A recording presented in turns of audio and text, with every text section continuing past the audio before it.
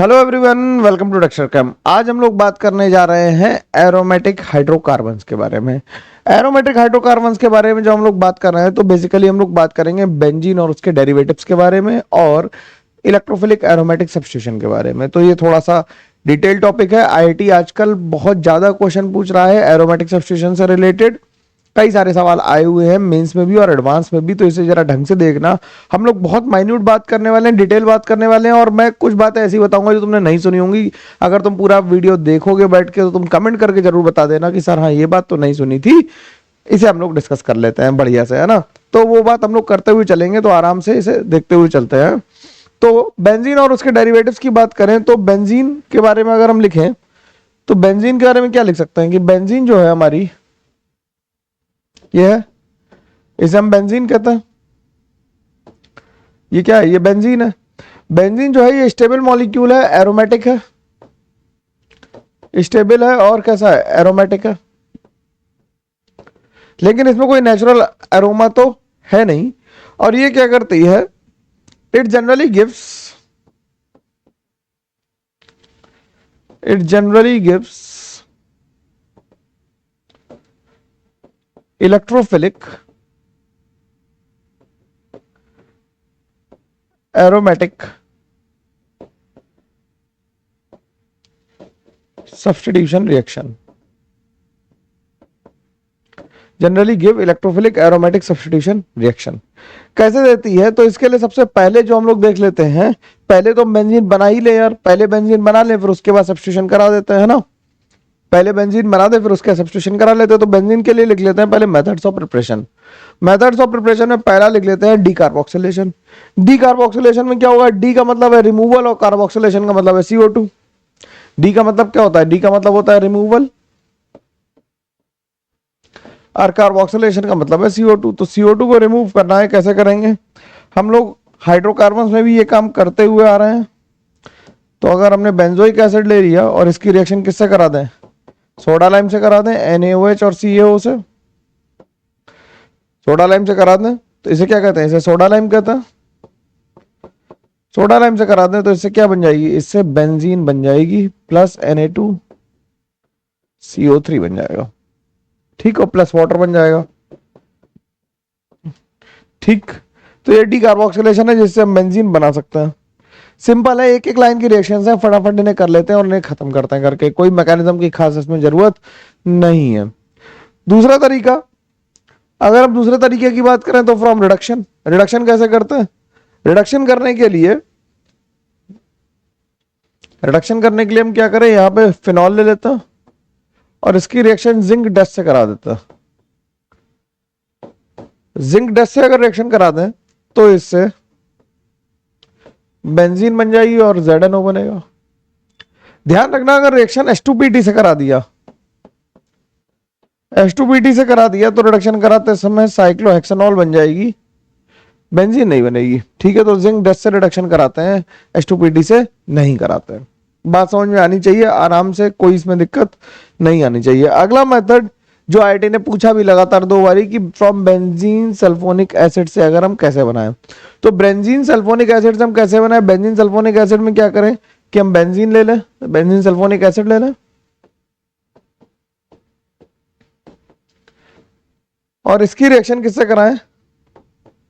Water के साथ HCl से करा दें under pressure.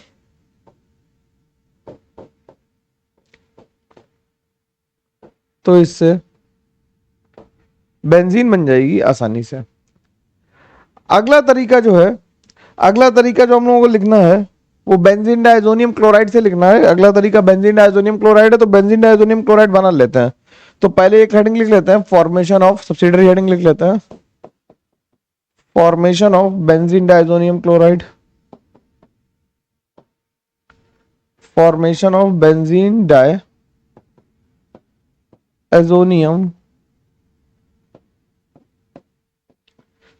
Chloride. Benzene diazonium chloride कैसे लिखेंगे? तो एनिलीन की रिएक्शन कराएंगे किससे? एनिलीन की रिएक्शन कराते हैं किससे? एनिलीन की रिएक्शन कराते हैं NaNO2HCl से। NaNO2 और HCl से रिएक्शन कराएंगे, Na2HCl से रिएक्शन कराएंगे 0 से 5 डिग्री सेंटीग्रेड तक, 0 से 5 डिग्री सेंटीग्रेड तक रिएक्शन कराएंगे तो इससे क्या बन जाएगा, इससे बन जाएगा बेंजीन डाई एजोनियम क्लोराइड बन जाएगा, बेंजीन डाई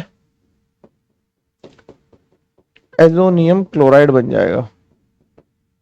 ये क्या बन गया, बेंजीन डाई एजोनियम क्लोराइड। इसे लिख देता है बेंजीन डाई एजोनियम क्लोराइड। तो बेंजीन डाइजोनियम क्लोराइड बन गया है। कोई दिक्कत नहीं, इसमें कोई समस्या मुश्किल परेशानी दिक्कत नहीं होनी चाहिए। अब बेंजीन डाइजोनियम क्लोराइड बन गया तो उससे बेंजीन बनाने का क्या तरीका है कि बेंजीन डाइजोनियम क्लोराइड हमने ले लिया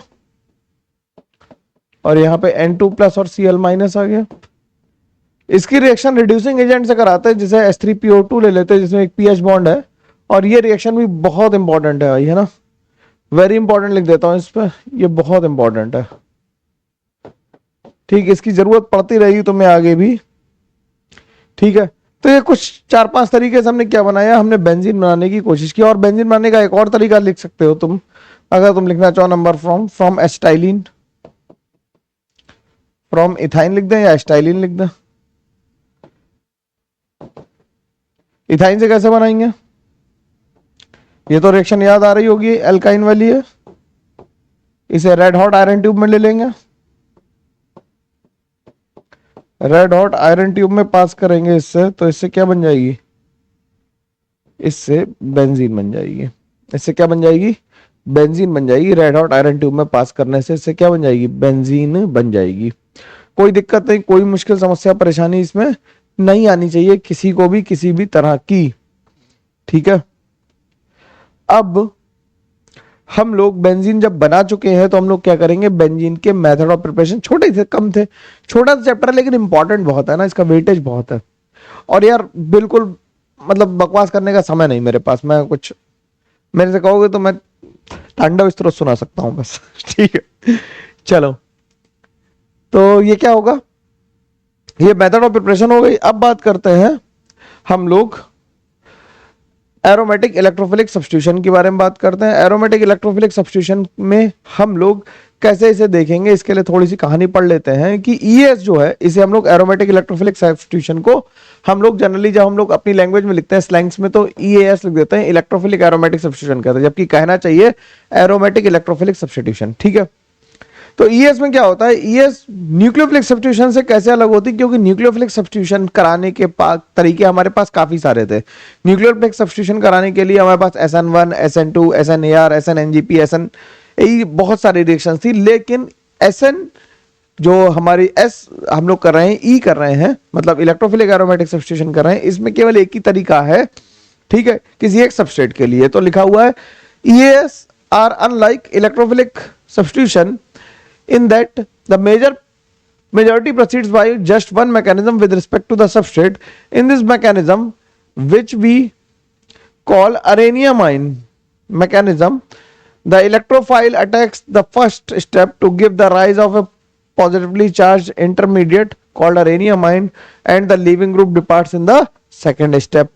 तो पहले स्टेप में क्या हो रहा है कि इलेक्ट्रोफाइल अटैक कर रहा है जिससे अरेनियम आयन बन रहा है। कैसे बनेगा अभी हम लोग बनाएंगे, पहले बात सुन लो कि फर्स्ट स्टेप क्या हो रही है, जिसमें इलेक्ट्रोफाइल अटैक कर रहा है, अरेनियम आयन बन रहा है, और अरेनियम आयन बनने के बाद क्या हो रहा है कि लीविंग ग्रुप डिपार्ट कर रहा है सेकंड स्टेप में। लीविंग ग्रुप कहां जा रहा है, सेकंड स्टेप में जा रहा है।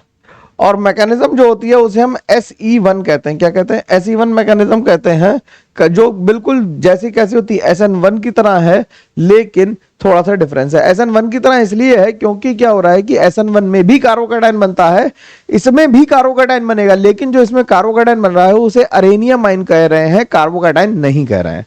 ठीक है, और साइमल्टेनियस अटैक जैसा SN2 में होता है वैसा बिल्कुल भी नहीं होता है, नॉट फाउंड एट ऑल, वैसा बिल्कुल भी नहीं होता। ठीक, सही है। अब इसके बाद बात करते हैं हम लोग मैकेनिज्म पार्ट की, अरेनियम आयन मैकेनिज्म। अरेनियम आयन मैकेनिज्म हम लोग देखते हैं, ध्यान से जरा सुनना मेरी बात। अब इसमें अरेनियम आयन में इलेक्ट्रोफिलिक एरोमेटिक सब्स्टिट्यूशन कर रहे हो तो यार हम इस बात को लिख सकते हैं क्या कि द इलेक्ट्रोफाइल हम लोग जानते हैं इलेक्ट्रोफाइल क्या होता है, nuclear electrophile positively charge species, electrophile may be a positive charge, may be a positive charge हो सकता है, और अ डाइपोल, और dipole means molecule having vacant orbital, molecules having vacant orbitals or molecules having connected to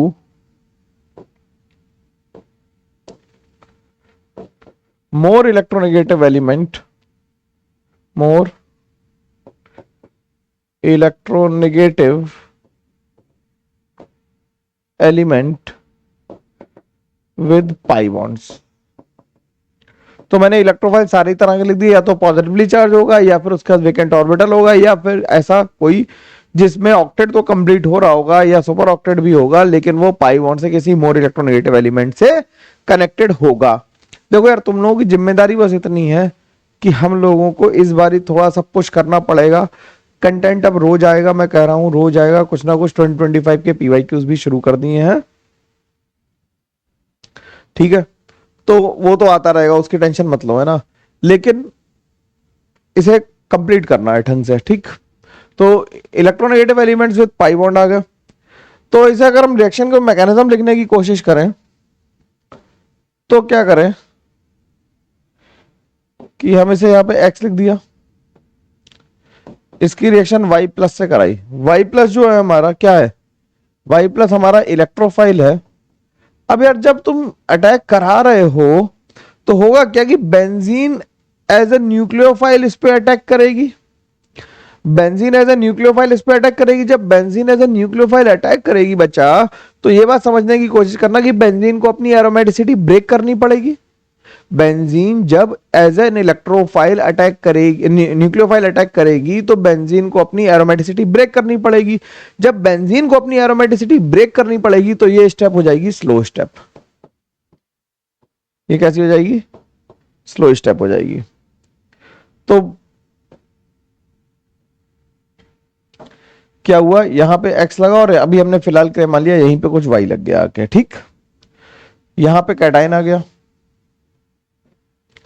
ये resonance करेगा, आराम से बनाओ, कोई चिंता नहीं है, जल्दी नहीं है, ज्यादा मत सोचना कि सर x वाली जगह पे y क्यों आ गया, अभी हम लोग देख लेंगे, है ना।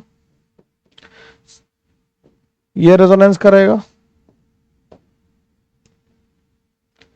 ये रेजोनेंस करेगा, तो यहां पे बन गया, ठीक, ये बन गया। अब अगर हम इसका हाइब्रिड बना दें, अगर हम इसका रेजोनेंस हाइब्रिड बना दें, रेजोनेंस हाइब्रिड बना दें, तो रेजोनेंस हाइब्रिड क्या बनेगा,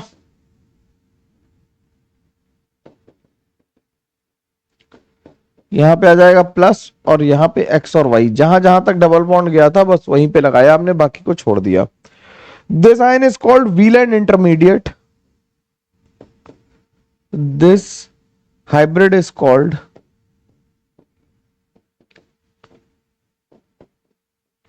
व्हीलैंड इंटरमीडिएट, व्हीलैंड इंटरमीडिएट कहते हैं इसे, इसे क्या कहते हैं, व्हीलैंड इंटरमीडिएट कहते हैं। आराम से दिख रहा है, समझ में आ रही बात पूरी, व्हीलैंड इंटरमीडिएट कहते हैं, या फिर इसे सिग्मा कॉम्प्लेक्स कहते हैं, और सिग्मा कॉम्प्लेक्स कहते हैं इसे, व्हीलैंड इंटरमीडिएट या सिग्मा कॉम्प्लेक्स कहते हैं इसे, क्या कहते हैं, व्हीलैंड इंटरमीडिएट कहते हैं या फिर सिग्मा कॉम्प्लेक्स करते हैं। इसे नोट करते हुए चलो आराम से, बिल्कुल कोई जल्दी नहीं है, अच्छे से समझो। या फिर इसे हम लोग कहते हैं अरेनियम आयन, और अरेनियम आयन। यहां तक कहानी बन गई, ठीक, सही है। जब अरेनियम आयन बन गया तो अरेनियम आयन जनरली कैसा होगा, क्योंकि बेंजीन की एरोमेटिसिटी ब्रेक हुई है, हाईली रिएक्टिव इंटरमीडिएट होगा। भाई कैसा होगा, हाईली रिएक्टिव होगा, क्योंकि बेंजीन की एरोमेटिसिटी ब्रेक हुई। बेंजीन की एरोमेटिसिटी ब्रेक होने की वजह से अरेनियमाइन जो भी इंटरमीडिएट बना वो ज्यादा अनस्टेबल होगा, रिएक्टिव ज्यादा होगा, क्योंकि वो स्टेबल चीज से टूट के बना। तो वो अपने आप को स्टेबलाइज करने के लिए क्या करेगा, वो अपने आप को स्टेबलाइज करने के लिए क्या करेगा, आगे फर्दर रिएक्शन करेगा। और अरेनियम आयन को आइसोलेट भी किया गया, ये शायद तुमने बात नहीं सुनी हो, अरेनियम आयन को आइसोलेट भी किया गया, मतलब इतने रिएक्टिव इंटरमीडिएट को कुछ ना कुछ जुगाड़ लगा के हम लोगों ने आइसोलेट भी किया है, लेकिन वो फर्दर रिएक्शन करके फटाफट रीएरोमेटाइज होने की कोशिश करेगा। तो कहता है कि सेकंड स्टेप जो होती है, मतलब वो रीगेन कर रहा है जब aromaticity is faster than it the first, so the rate determining, so जो पहली स्टेप है वो कैसे हो जाएगी, वो आरडीएस हो जाएगी। ठीक, कैसे हो जाएगी, आरडीएस हो जाएगी। और द रिएक्शन कैसी हो जाएगी, रिएक्शन हो जाएगी सेकंड ऑर्डर की। रिएक्शन हो जाएगी सेकंड ऑर्डर की, मतलब first order with respect to benzene ring और substrate and first order with respect to electrophile generated. ठीक है, तो इसमें क्या होगा, इसमें जो हमारे पास अरेनियम आयन बना हुआ था, इसमें एक्स है और वाई है। अब यहां पे हाइड्रोजन होगा, तो एक्स को ही निकलने में फायदा है, क्योंकि सब्स्टिट्यूशन भी तो करना था हम लोगों को। तो हमने क्या किया, ये पूरा बन गया और यहां पे आ गया वाई। ठीक, या फिर इसे तुम जैसे जनरली लिखते हो तुम वैसे लिख सकते हो, वाई। ठीक, ठीक है, आसानी से बन पा रही, बात समझ में आ रही। तो फर्स्ट स्टेप क्या हुई, आरडीएस हुई, स्लो स्टेप हुई। ये सवाल सीधे सीधे एडवांस में आएगा कभी ना कभी, है ना। ये पेपर अब मैं मतलब अब क्या कहूं तुमसे, चलो अब देखते हैं कि कौन ज्यादा, कंटेंट की बात आ गई है ना कि सर कंटेंट हल्का है, तो कंटेंट तो हल्का नहीं था, एडवांस के लिए अप्रोप्रिएट कंटेंट था। लेकिन अब हम लोग ओलंपियाड टच करेंगे, बिल्कुल हर बात पे डिस्कशन लेंदी होगा, ठीक है ना, दिमाग की बत्ती जला देने वाला होगा। और तुमने ऐसा नहीं पढ़ा होगा कहीं, मैं जानता हूं ना लोग क्या पढ़ा रहे हैं। ठीक है, बिना बकवास करे काम आगे करते चलो।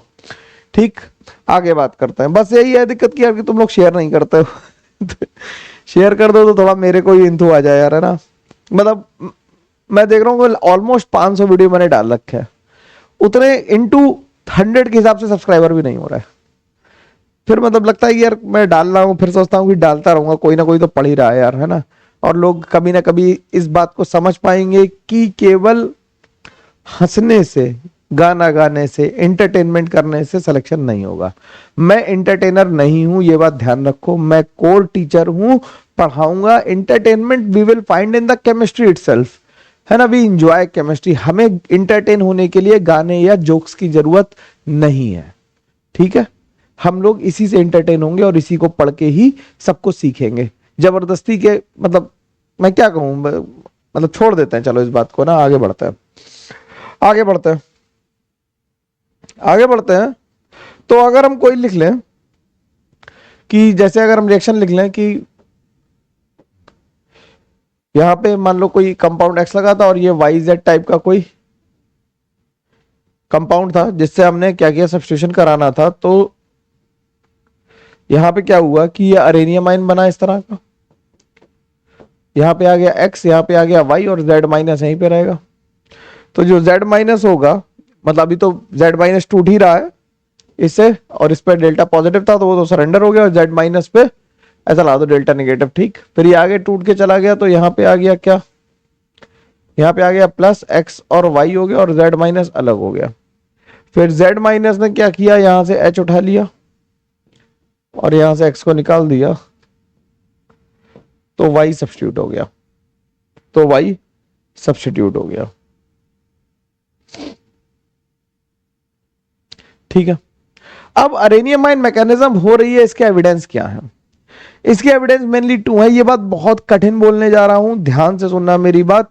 अगर नहीं सुनोगे तो तुम्हें ऊपर से निकल जाएगी बिल्कुल, मतलब फिर तुम कहोगे कि सर क्या बोला आपने, पता ही नहीं चला। देखो, the evidence for the arenium ion mechanism is of mainly 2 kinds. पहला है आइसोटोप इफेक्ट। मैं खुद कह रहा हूं कि मैंने अभी तक आइसोटोप इफेक्ट की बात इसलिए नहीं की क्योंकि काइनेटिक आइसोटोप इफेक्ट का मैंने यूज किया हुआ है मास्टर्स में। यार गोल्ड मेडल लेके बैठा हूं, कुछ तो पढ़ के ही आया हूं ना, है। मैं कोई इंजीनियर तो हूं नहीं कि जो केमिस्ट्री पढ़ा रहा।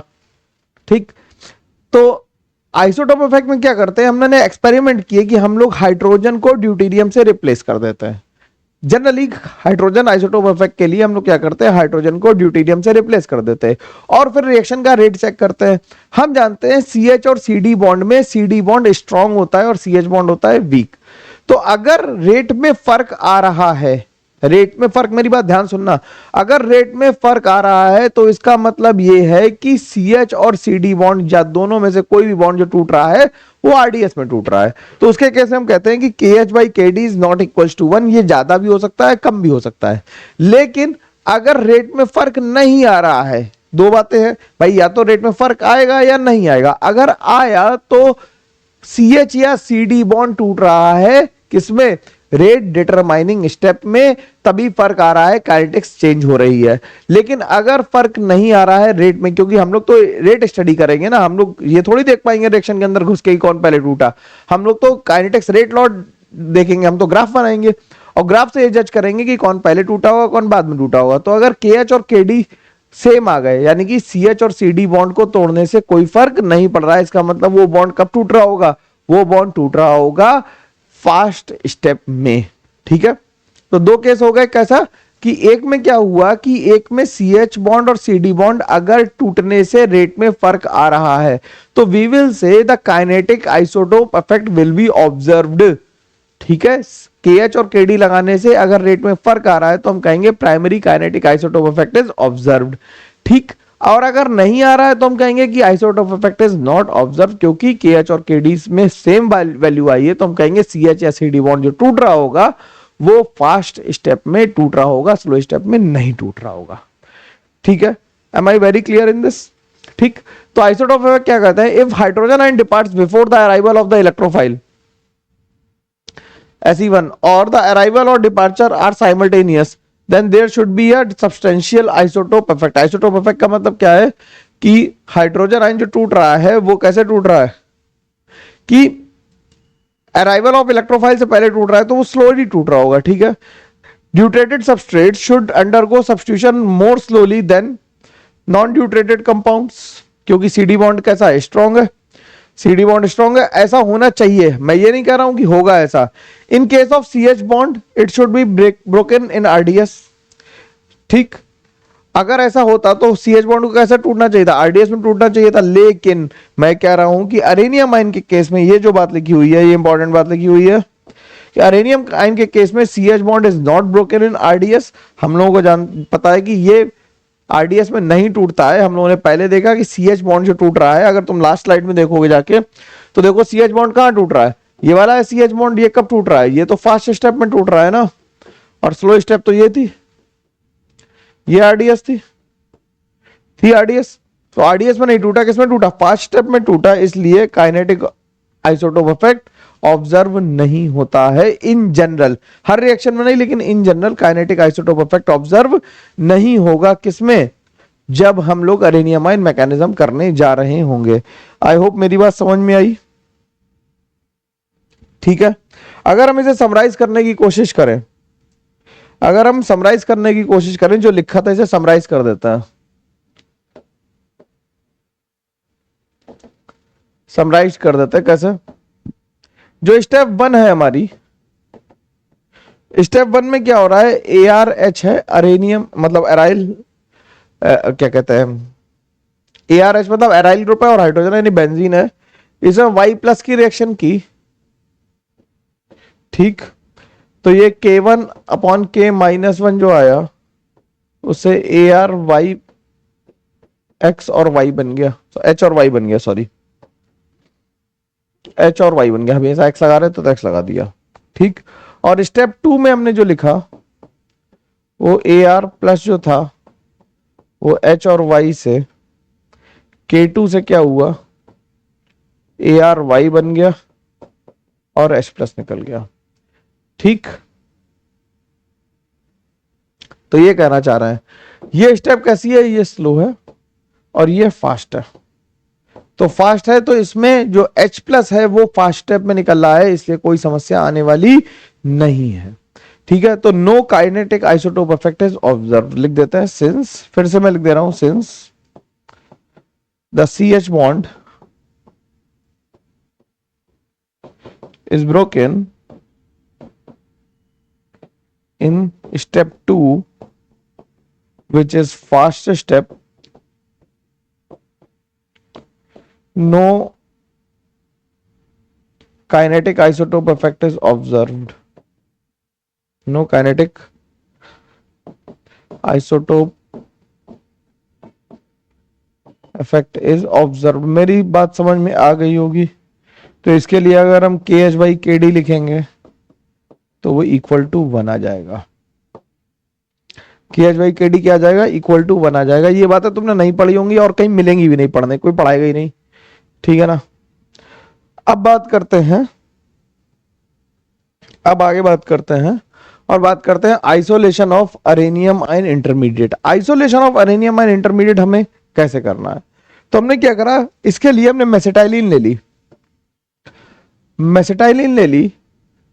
मेसेटाइलिन का फॉर्मूला ऊपर एमी है, यहां पे एमी है और यहां पे एमी है। ये मेसेटाइलिन है, ठीक। इसकी रिएक्शन ETF से कराई। F पुअर लिविंग ग्रुप है, ध्यान रखना। तो उसे बढ़िया बनाने के लिए क्या किया, BF3 के साथ रिएक्शन कराई इसकी और टेम्परेचर रखा 80 डिग्री सेंटीग्रेड, जिससे कि F अपना लोन पेयर इसे दे पाए और इसे 80 सब्स्टिट्यूट हो पाए। तो इससे क्या बन जाएगा, ऊपर Me रहेगा, यहां पे Me रहेगा और यहां पे Me रहेगा। यहां पे आ गया H और आ गया ET जुड़ गया, ठीक। ये जो इंटरमीडिएट है भाई लोगों, ये जो इंटरमीडिएट है, ये जो बना, ये आइसोलेट कर लिया गया, ये आइसोलेटेड है।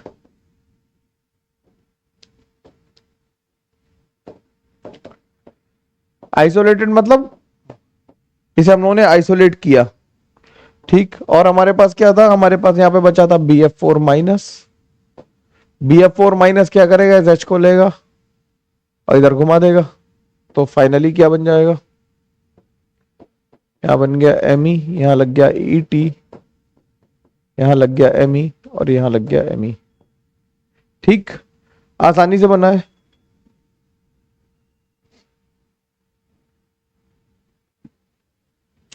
ठीक है, तो ये तो सिग्मा कॉम्प्लेक्स है। अब पाई कॉम्प्लेक्स बनने के भी कई सारे एग्जांपल्स अवेलेबल हैं, उन्हें हम लोग देखेंगे नहीं, उन्हें हम आगे बढ़ जाते हैं, ठीक। तो हम लोग बात करते हैं किसकी, जनरल रिएक्शंस की। जनरल रिएक्शंस ऑफ, हम लोग बात करते हैं जनरल रिएक्शंस की इलेक्ट्रोफिलिक एरोमेटिक सब्स्टिट्यूशन की। बात समझ में आई? तो हमने अरेनियम आयन को क्या किया, अरेनियम आयन को हमने आइसोलेट भी कर पाया। अरेनियम आयन को हम लोगों ने आइसोलेट भी कर पाया, ठीक। तो जनरल रिएक्शंस में अगर हम देखें तो बेंजीन हम लिख लेते हैं एक जगह पे। जो मेन रिएक्शंस देखनी है उसमें पहले हेलोजिनेशन देख लेते हैं। H2FeX3 से X यहां पे क्या है, Cl और Br। तो इससे क्या बन जाएगा, X बन जाएगा और इसे हम क्या कहेंगे, ये क्या है, ये हेलोजिनेशन है, ये हेलोजिनेशन है। फिर HNO3 और H2SO4 के साथ रिएक्शन कराएंगे तो NO2 लगेगा, इसे नाइट्रेशन कहेंगे, इसे नाइट्रेशन कहेंगे। फिर SO3 और H2SO4 के साथ रिएक्शन कराएंगे तो इसे SO3H कहेंगे। और ये क्या बन गया, इसे कहेंगे सल्फोनेशन। लिखते जाओ भाई, नोट्स साथ में होने चाहिए तुम्हारे पास, एकदम सुंदर बढ़िया लिखे हुए, जिससे रिवाइज करने में कम ताकत लगे। और मैं कोशिश करके तुम्हारे लिए फिर से क्या करूंगा, धीरे धीरे करके शॉर्ट नोट्स वगैरह देना शुरू, मतलब बनाना शुरू कर दूं, मैं क्या दूंगा, ठीक है। और फिर इसके बाद रिएक्शन करानी किससे, RCl की रिएक्शन AlCl3 के साथ कराएंगे तो इससे यहाँ पे R जुड़ जाएगा। सबके बारे में डिटेल में बात करेंगे। इसे कहेंगे Friedel craft alkylation, Friedel craft alkylation कहेंगे इसे। और जब इसकी रिएक्शन RCOCl से कराएंगे इन प्रेजेंस ऑफ AlCl3, तो इससे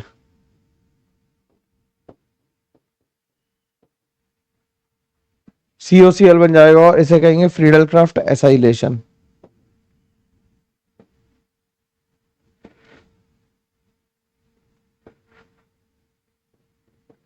क्या कहेंगे? फ्रीडल क्राफ्ट एसाइलेशन कहेंगे। तो ये मेन हमें 5 रिएक्शंस हैं जो ध्यान से पढ़नी है, इनके बारे में डिटेल में जानकारी करनी है और देखते हैं क्या क्या हम लोग कर सकते हैं इसमें। ठीक है, बात समझ में आनी चाहिए, इसमें कोई दिक्कत समस्या मुश्किल परेशानी नहीं होनी चाहिए, किसी को भी पूरी बात समझ में आनी चाहिए अच्छे से। ठीक है, चलो आगे बात करता हूं। हैक डाल लेते हैं हेलोजिनेशन ऑफ बेंजीन। ये तो लिख लिया ना यार, ये तो लिख गया होगा सबका, इसमें तो कोई दिक्कत नहीं। 1 मिनट दे रहा हूं, लिख लो इसे पहले, है ना, इसे लिख लो, ये हो गया। फिर आगे बात करते हैं और बात करते हैं हेलोजिनेशन ऑफ बेंजीन की। ठीक, तो हेलोजिनेशन ऑफ बेंजीन कैसे करेंगे? हेलोजिनेशन ऑफ बेंजीन के लिए हम क्या करें कि बेंजीन की रिएक्शन पहले क्लोरीनेशन करा लेते हैं, तो Cl2 से कराई इन प्रेजेंस ऑफ FeCl3 और रूम टेम्परेचर पे करा रहे हैं, तो इससे क्या बन जाएगा? क्लोरोबेंजीन बन जाएगा और बनेगा HCl। ठीक, और जो क्लोरोबेंजीन बन रही है ऐसे वो 90% यील्ड के साथ बन रही है। ठीक, लेकिन जब ब्रोमीन से कराया, इसका कारण ढूंढ के रखना, जब ब्रोमिनेशन कराया FeBr3 के साथ 25 डिग्री सेंटीग्रेड पे हीट किया इसे, तो यहाँ पे क्या बन गया? यहाँ पे ब्रोमीन लग गया और इसकी यील्ड 75% आई। तो यील्ड कम हो रही है, देखना ध्यान से जरा। ठीक ठीक, तो इसमें जो लुईस एसिड यूज किए जाते हैं वो कॉमनली कौन से हैं? जो Lewis acid, the Lewis acid used, the Lewis acid commonly used are FeCl3, FeBr3, AlCl3 etcetera. ठीक है, तो ये यूज कर रहे हैं। अब इसकी मैकेनिज्म देख लेते हैं हम लोग। रिएक्शन समझ में आ गई कि ब्रोमीन लगा और Cl, और तुम्हें ये रीजन ढूंढ के लाना है कि why the yield is decreasing. तो मैकेनिज्म देख लेते हैं इसकी, मैकेनिज्म हाइक डाल लेते हैं।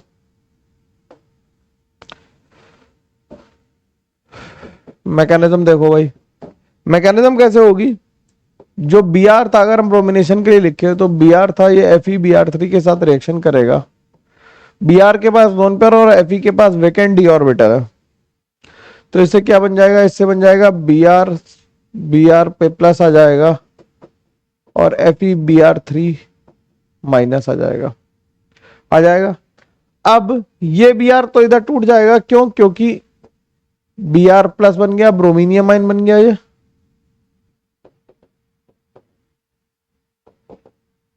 और बन गया FeBr4 माइनस, कॉम्प्लेक्स बन गया ये।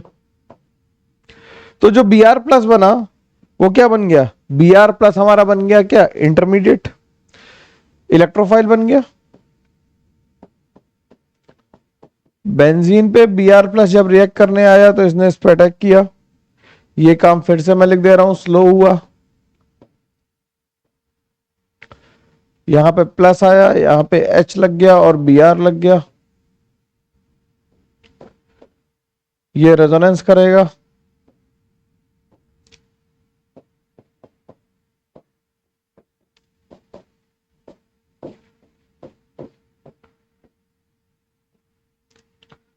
ठीक।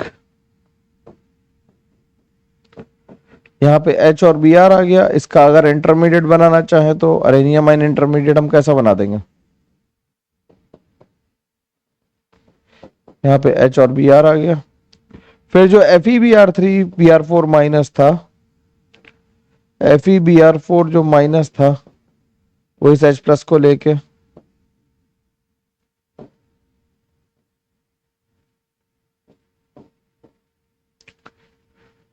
क्या बना देगा? यहाँ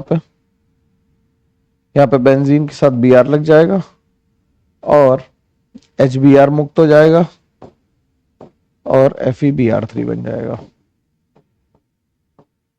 ठीक है, आसानी से बात समझ में आ रही, इसमें कोई दिक्कत नहीं आनी चाहिए किसी को भी।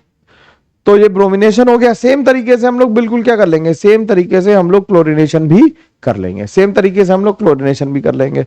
लेकिन समस्या आती फ्लोरिनेशन में। फ्लोरिनेशन हम लोग डायरेक्टली नहीं कर सकते, ये हम लोगों ने हाइड्रोकार्बन में भी पढ़ा है कि fluorination is so rapidly then the benzene with benzene that aromatic fluorination क्या होगा, हमें चाहिए होगा स्पेशल एपरेटस और एचएफ बनने से रिएक्शन हो जाएगी। ठीक, और आयोडिनेशन जो है, आयोडिनेशन जो है, आयोडिनेशन में क्या होगा, अगर हमें आयोडिनेशन कराना हो, इसका I2 के साथ कराना हो, तो हमें क्या लेना पड़ता है, HNO3 लेना पड़ता है, जिससे आयोडीन I प्लस में आयोडाइज ऑक्सीडाइज हो जाए और HI को भी वो फर्दर ऑक्सीडाइज कर सके। ठीक, तो इसके साथ हमें ऑक्सीडाइजिंग एजेंट लेना होता है। दूसरा तरीका क्या है आयोडिनेशन करने का, दूसरा तरीका यह है आयोडिनेशन करने का कि हम लोग क्या करें कि ICl ले लें, इंटर हेलोजन कंपाउंड ले लें। क्या ले लें, इंटर हेलोजन कंपाउंड ले लें।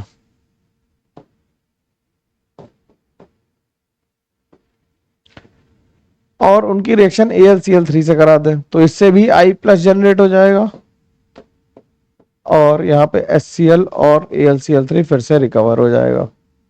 तो आयोडिनेशन कराने के हमारे पास दो तरीके हैं। ठीक, आयोडिनेशन में HNO3 इसलिए यूज करते हैं, जो HI बना होगा उसे फर्दर ऑक्सीडाइज करके I2 में कन्वर्ट कर देता। क्या करता है, जो HI बन गया अगर मान लो, तो वो HNO3 से फर्दर ऑक्सीडाइज होके क्या करेगा, I2 बना देगा और NO2 बना देगा और वाटर बना देगा। तो ये फर्दर ऑक्सीडाइज करता है और रिएक्शन को वापस खींचता, क्योंकि HI जो है वो स्ट्रॉन्ग रिड्यूसिंग एजेंट है। कैसा है, स्ट्रॉन्ग रिड्यूसिंग एजेंट है। HI जो है वो स्ट्रॉन्ग रिड्यूसिंग एजेंट है।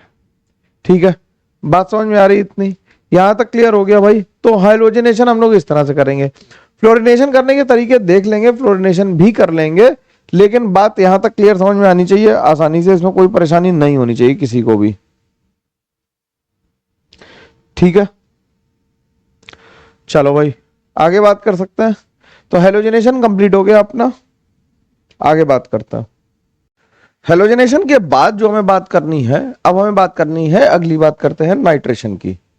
नाइट्रेशन ऑफ बेंजीन कैसे करेंगे, नाइट्रेशन ऑफ बेंजीन में कहते हैं नाइट्रोज जो बेंजीन है वो स्लोली रिएक्ट करती है किसके साथ, कॉन्सेंट्रेट HNO3 के साथ नाइट्रोबेंजीन देने के लिए। तो इस रिएक्शन को फास्ट बनाने के लिए क्या करते हैं हम लोग, HNO3 के साथ H2SO4 का भी यूज करते हैं, जिसे हम नाइट्रेटिक मिक्सचर कहते हैं। तो हम लोग क्या यूज करते हैं, concentrated HNO3 plus concentrated H2SO4। तो रिएक्शन लिख देते हैं, रिएक्शन क्या होगी, रिएक्शन लिखो, रिएक्शन क्या होगी, रिएक्शन में हम लिखेंगे बेंजीन की रिएक्शन हमने किससे कराई, HNO3 और H2SO4 से कराई, HNO3 और H2SO4 से कराई। तो क्या बन गया यार, इससे बन गया 50 से 55 डिग्री सेंटीग्रेड पे रिएक्शन कराएंगे इससे, तो इससे नाइट्रोबेंजीन बन जाएगा यार, है ना। क्या बन जाएगा, नाइट्रोबेंजीन बन जाएगा, H3O प्लस बनेगा, H3O प्लस बनेगा और बन जाएगा HSO4 माइनस। ठीक, ये बन गया इसका। अब इसकी मैकेनिज्म देखने, थोड़ी इंटरेस्टिंग मैकेनिज्म है, कई बार इसमें पंगे हो जाते हैं, लोगों को समझ में नहीं आती है। तो इसकी मैकेनिज्म जरा ध्यान से देखते हैं, कैसे देखेंगे मैकेनिज्म। मैकेनिज्म देखने के लिए सल्फोनेशन बाद में करेंगे, पहले मैकेनिज्म देख लेते हैं। तो मैकेनिज्म में क्या करेंगे, हम लोगों के पास H2SO4 है और HNO3 है। ध्यान सुनना मेरी बात भाई, है ना। H2SO4 और HNO3 में H2SO4 stronger acidic as compare to HNO3। तो ये इससे H प्लस ले लेता और बॉन्ड को इधर घुमा देता। तो इसने अगर H प्लस लिया तो ये बेस बन गया और ये क्या बन गया, ये एसिड बन गया। तो बेस की क्या कर रहा है, ये एक्टिंग। तो अगर हमसे कोई पूछे कि नाइट्रेटिंग मिक्सचर में HNO3 act as a base, HNO3 कैसे एक्ट कर रहा है, बेस की तरह एक्ट कर रहा है। तो बेसिकली HSO4 माइनस बन गया और बन गया HOH, यहां पे आ गया प्लस, यहाँ पे आ गया N डबल बॉन्ड O पे आ गया माइनस और यहाँ पे आ गया प्लस। ये इलेक्ट्रॉन पर इधर आया, ये लीव कर गया यहाँ से, तो यहाँ से NO2 प्लस बन गया। ये हमारा क्या है, ये इलेक्ट्रोफाइल है। कई लोगों को कंफ्यूजन होती है कि इलेक्ट्रोफाइल क्या बना, तो NO2+ बना। ठीक, अब NO2+ अगर इलेक्ट्रोफाइल बन गया फिर तो बेंजीन से हम लोग रिएक्शन करा ही देंगे आसानी से। बेंजीन से कैसे कराएंगे रिएक्शन, आराम से लिख दें। अब तो मेन काम था इलेक्ट्रोफाइल जनरेट करना, तो बेंजीन से जब NO2+ की रिएक्शन होगी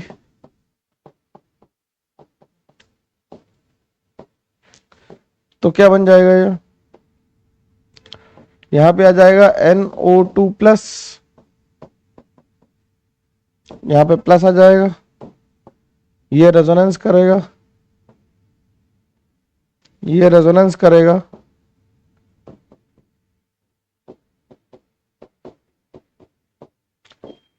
ठीक। इसके रेजोनेंस स्ट्रक्चर बनाते चलो एक एक करके।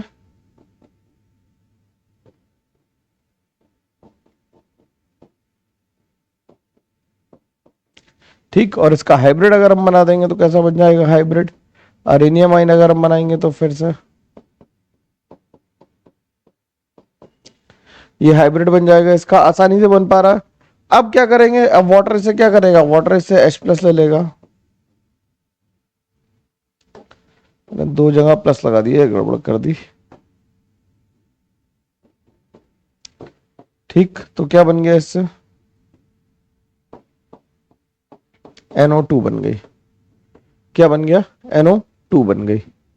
ठीक है, कोई इसमें परेशानी की बात नहीं। तो ये इस तरह से नाइट्रोजन करना सभी को आता है, ये आसान बात है, ये सबको तरीका है। चलो तुमसे एक क्वेश्चन पूछते हैं, अगर हमें नाइट्रेशन न्यूट्रल मीडियम में करना हो तो कैसे करेंगे।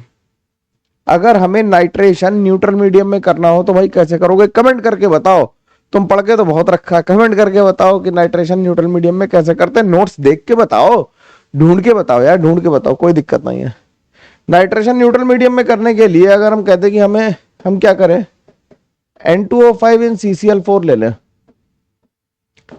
N2O5 इन CCl4 ले लें। तो N2O5 जो होता है, N2O5 सॉलिड स्टेट में जब ब्रेक होता है तो कैसे ब्रेक होता है, ये ब्रेक होता है NO2+ और NO3- में। इसे कहते हैं नाइट्रोनियम नाइट्रेट कहते हैं। क्या कहते हैं इसे, ये क्या है, ये nitronium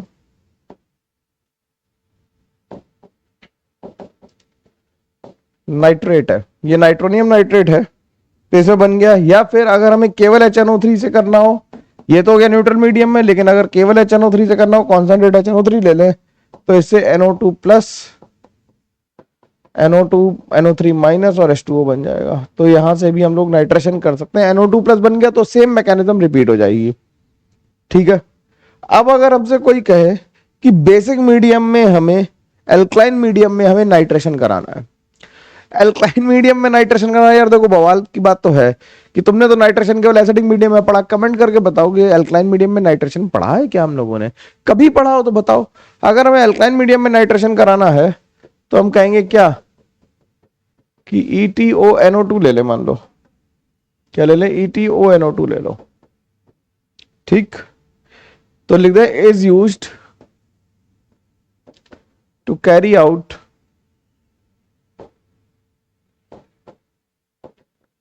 nitration in alkaline medium, in alkaline medium, alkaline medium में काम आता। ठीक, और इसके अलावा भी हम लोग ले सकते हैं। जैसे अगर हम लें तो NO2+ और BF4- टाइप के सॉल्ट्स भी ले सकते हैं।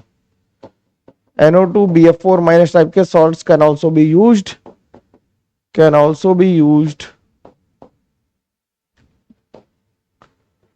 For the nitration, can also be use for nitration. ये नाइट्रेशन के लिए हम इन्हें भी यूज कर सकते हैं। सिंपल सी बात है, आसानी से बस समझ में आनी चाहिए। अब बात करते हैं आगे की, और नेक्स्ट हेडिंग डालने। ये बात समझ आई, ये इंपॉर्टेंट है बहुत।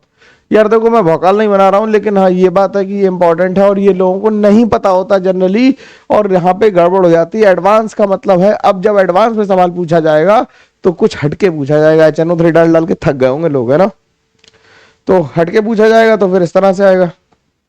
ठीक, तो अगली हेडिंग डाल देते हैं sulphonation of benzene. Sulphonation of benzene में हम क्या करेंगे, सल्फोनेशन में हम क्या जोड़ेंगे, SO3H जोड़ेंगे। तो इसमें इलेक्ट्रोफाइल क्या होता है, सल्फोनेशन में इलेक्ट्रोफाइल क्या होता है, हम इसकी रिएक्शन कराते हैं किससे? 25 डिग्री सेंटीग्रेड पे ओलियम से कराते हैं, H2H2O7 से।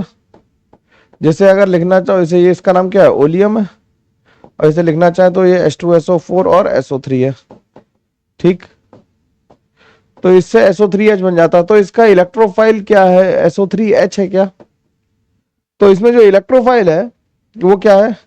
Electrophile used is SO3, SO3H नहीं है, ध्यान रखना है ना।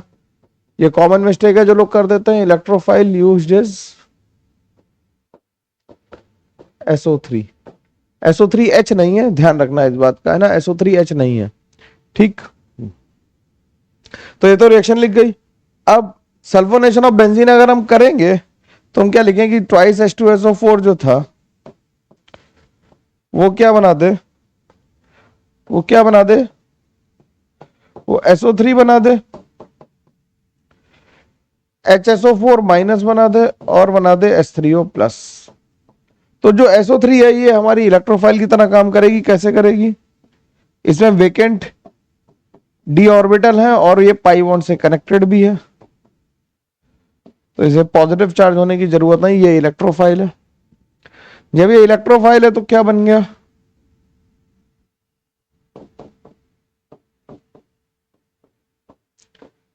SO3 माइनस बन गया और इस तरह से बना, ये रेजोनेंस करा।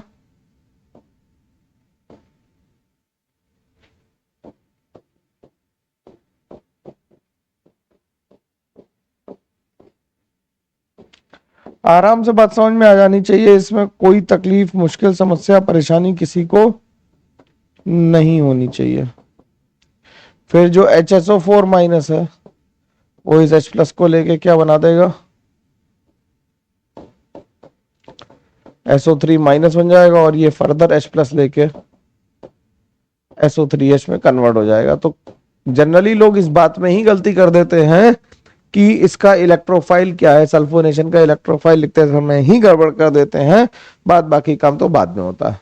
ठीक है, तो छोटी छोटी माइन्यूट मिस्टेक्स अगर इसी को भी सही करते हुए चले तो काम बहुत आसान हो जाएगा। अगर छोटी छोटी मिस्टेक्स को भी सही कर लिया तो काम बहुत आसान हो जाएगा तुम्हारा। ठीक है, आगे बात करते हैं, अगली रिएक्शन पे चले। तो ये सल्फोनेशन हो गया।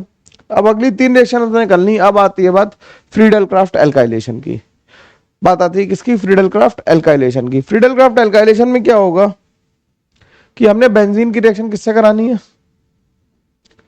बेंजीन की रिएक्शन RCl से करानी इन प्रेजेंस ऑफ AlCl3। तो इससे R बन जाएगा, यहां पर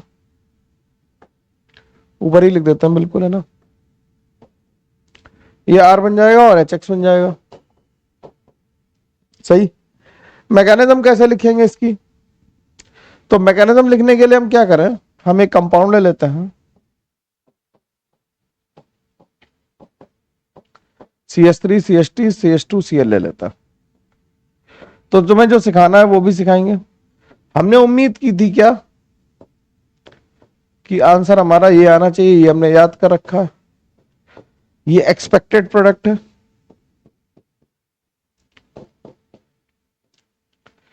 ये क्या है? ये एक्सपेक्टेड प्रोडक्ट है। लेकिन जो मेजर प्रोडक्ट बना वो क्या बना? वो आइसोप्रोपाइल बेंजीन बन गई। और आइसोप्रोपाइल बेंजीन को इसे क्या कहते हैं प्यार से? ये क्यूमीन है और यही मेजर प्रोडक्ट है। तो इस मेजर प्रोडक्ट बनाने के लिए हम लोग मैकेनिज्म देखेंगे। ठीक है, इस मेजर प्रोडक्ट को बनाने के लिए हम लोग मैकेनिज्म देखेंगे। ठीक, सही है। तो मैकेनिज्म देखते हैं इसकी। हुआ क्या होगा मैकेनिज्म में? पहले हमने एल्काइल हैलाइड लिया होगा और लुइस एसिड AlCl3 लिया। अब लोन पेयर ने क्या किया? AlCl3 पे अटैक किया तो क्या बना दिया? CH3 CH2 CH2 Cl पे प्लस आ गया और यहां पे आ गया AlCl3 माइनस। ये कॉम्प्लेक्स बन गया, ये यहां से निकला। तो जो 1 डिग्री कार्बोकैटायन बना, 1 डिग्री कार्बोकैटायन बना, ये कैसा है? ये 1 डिग्री कार्बोकैटायन है, 1 डिग्री कार्बोकैटायन है। जो 1 डिग्री कार्बोकैटायन बना, देखो यार, मैं फिलॉसफी तो पढ़ा नहीं रहा हूँ कि तुम्हारी तरफ मुंह करके पढ़ाता रहूंगा। अगर मैं फिलॉसफी पढ़ा रहा होता, और फिलॉसफी कभी हम लोग पढ़ाएंगे, मौका लगेगा तो फिलॉसफी की भी बात करेंगे, थोड़ी बहुत मैं भी पढ़ रहा हूँ, है ना। तो फिलॉसफी पढ़ा रहा होता तो ज्यादातर सामने देखने की जरूरत है, क्योंकि तुमसे बात करनी है फिलॉसफी में। क्योंकि केमिस्ट्री पढ़ा रहा हूँ, तुम्हें भी लिखना पड़ेगा, मेरे को भी लिखना पड़ेगा, तो मेरे को मुंह उधर ही करना पड़ेगा। अगर लिखा लिखाया ले आऊंगा तो तुम्हें तकलीफ होगी, है ना। हर कुछ लिख के दिखा रहा हूँ, इसे देखो ध्यान से। ये 1 डिग्री कार्बोकेटाइन, अगर यहाँ से 1 2 हाइड्राइड शिफ्ट ले ले तो क्या बन जाएगा? ये 1 2 हाइड्राइड शिफ्ट ले लेगा, क्या ले लेगा? 1 2 हाइड्राइड शिफ्ट ले लेगा। 1 2 हाइड्राइड शिफ्ट लेगा तो क्या बन जाएगा? ये बन जाएगा CH+, और यहाँ पे बन जाएगा CH3। अब ये 2 डिग्री कार्बोकेटाइन बन गया। 2 डिग्री कार्बोकेटाइन है तो ज्यादा स्टेबल है, ये मोर स्टेबल आ गया।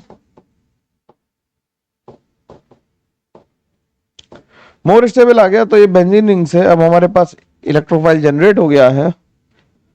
तो मैं पूरी मैकेनिज्म ना लिखूं, डायरेक्टली लिख दूं तो चलेगा? बोलो, क्या अरेनियम आयन तो बना ही लोगे?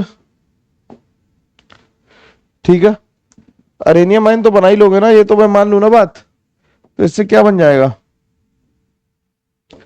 इससे फाइनली यहां पॉजिटिव चार्ज आ जाएगा, और यहां पे आ जाएगा CH3 और CH3। यहाँ पे H+ होगा, जो AlCl4- जो होगा वो इस H+ को ले लेगा, और इससे क्या बना देगा?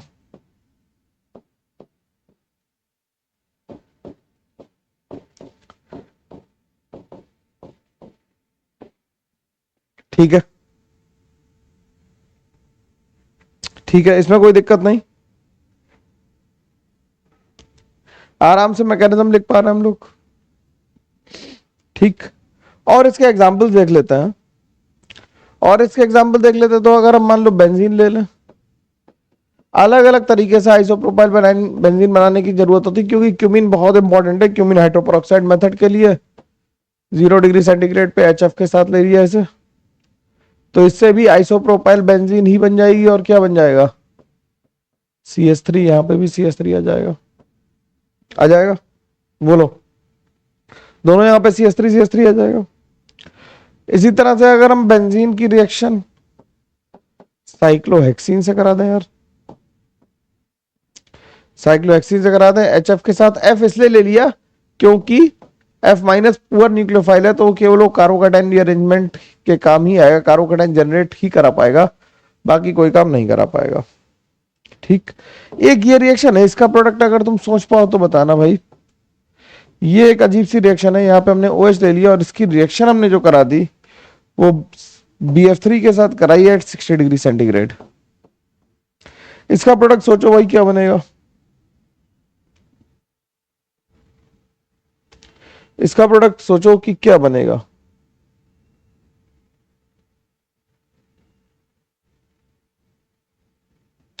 क्या बनेगा इसका product?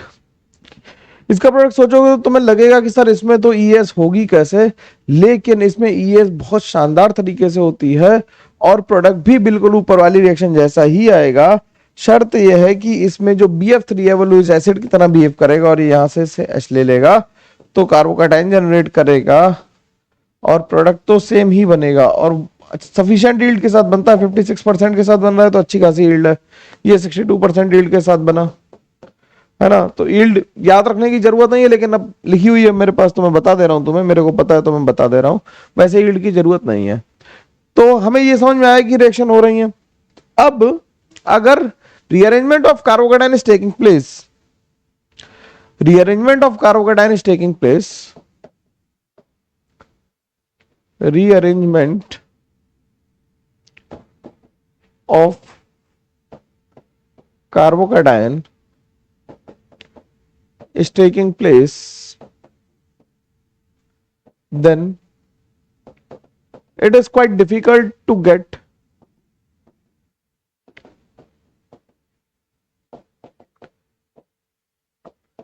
a straight chain, to get a straight chain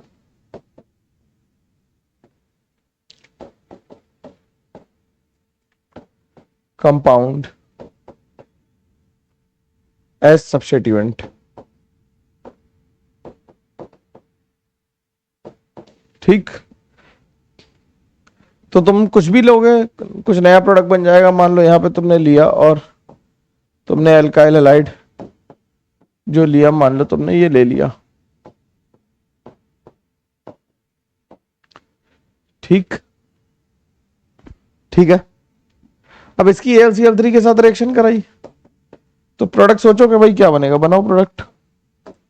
product सोचो, प्रोडक्ट से ज्यादा जरूरी है पहले मैकेनिज्म सोचो। मैकेनिज्म सोचोगे तो तुम्हें यह एहसास होगा कि क्लोरीन का लोन पेयर इधर आया, तो इससे जो बना वो क्या बन गया, वो बन गया CH3CH, यहां पे आया CH ये Cl और AlCl3 ये लीव किया,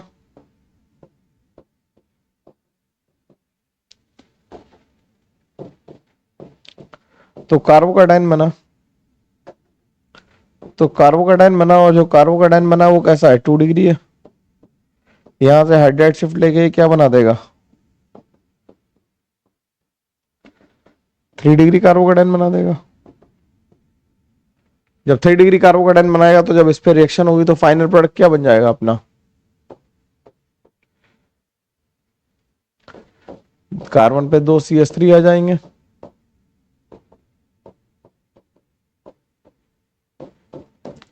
ये बन जाएगा, ये बन जाएगा, बोलो ठीक है, कोई दिक्कत नहीं इसमें।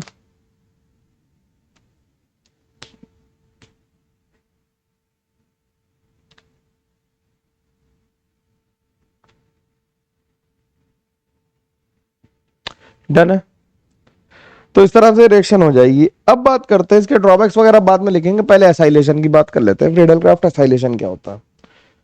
फ्रीडल क्राफ्ट एसाइलेशन में क्या होगा कि रिएक्शन में एसाइल ग्रुप को ऐड करना है। एसाइल ग्रुप को ऐड करना है तो हम क्या कहेंगे कि एसाइल ग्रुप क्या है, RCOO है।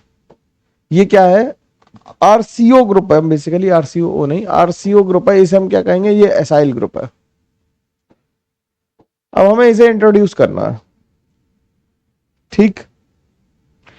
तो इसे इंट्रोड्यूस करने के लिए क्या करें, अगर हम बेंजीन की रिएक्शन CH3COCl से करा दें इन प्रेजेंस ऑफ AlCl3, तो इससे फाइनल प्रोडक्ट जो आएगा वो CH3 के साथ आ जाएगा। इसकी अगर मैकेनिज्म लिखना चाहे तो मैकेनिज्म भी लिखी जा सकती है। मैकेनिज्म में देखो क्या होगा, बात समझ में आ रही होगी। देखो यार, टाइम वेस्ट करने के लिए है नहीं, बिल्कुल बहुत कम टाइम बचा है, तो इसलिए प्रिसाइजली कंसाइजली पढ़ते रहो, है ना। खूब सारे सवाल लगाओ, खूब सारी मेहनत करो और फटाफट सेलेक्ट होके आओ यार, हम लोग पार्टी करते हैं ना। CH3COCl है, AlCl3 से रिएक्शन करा, इस पर अटैक कराया तो क्या बन गया, CH3COCl प्लस और AlCl3 माइनस। ये इधर गया तो क्या बन गया, CH3 पे आ गया प्लस और ये आ गया डबल बॉन्ड O। ये एसाइलियम आइन बन गया। लेकिन अगर हम इस पे बैक बॉन्डिंग करा दें, इसकी रेजोनेंस करा दें, तो ये बन गया, ये वेरी स्टेबल है। अब इस पे क्या करें, इस पे बेंजीन रिंग अटैक कर दे, एसाइलियम आइन पे बेंजीन रिंग अटैक कर दे। तो एसाइलियम आइन पे बेंजीन रिंग जब अटैक करेगी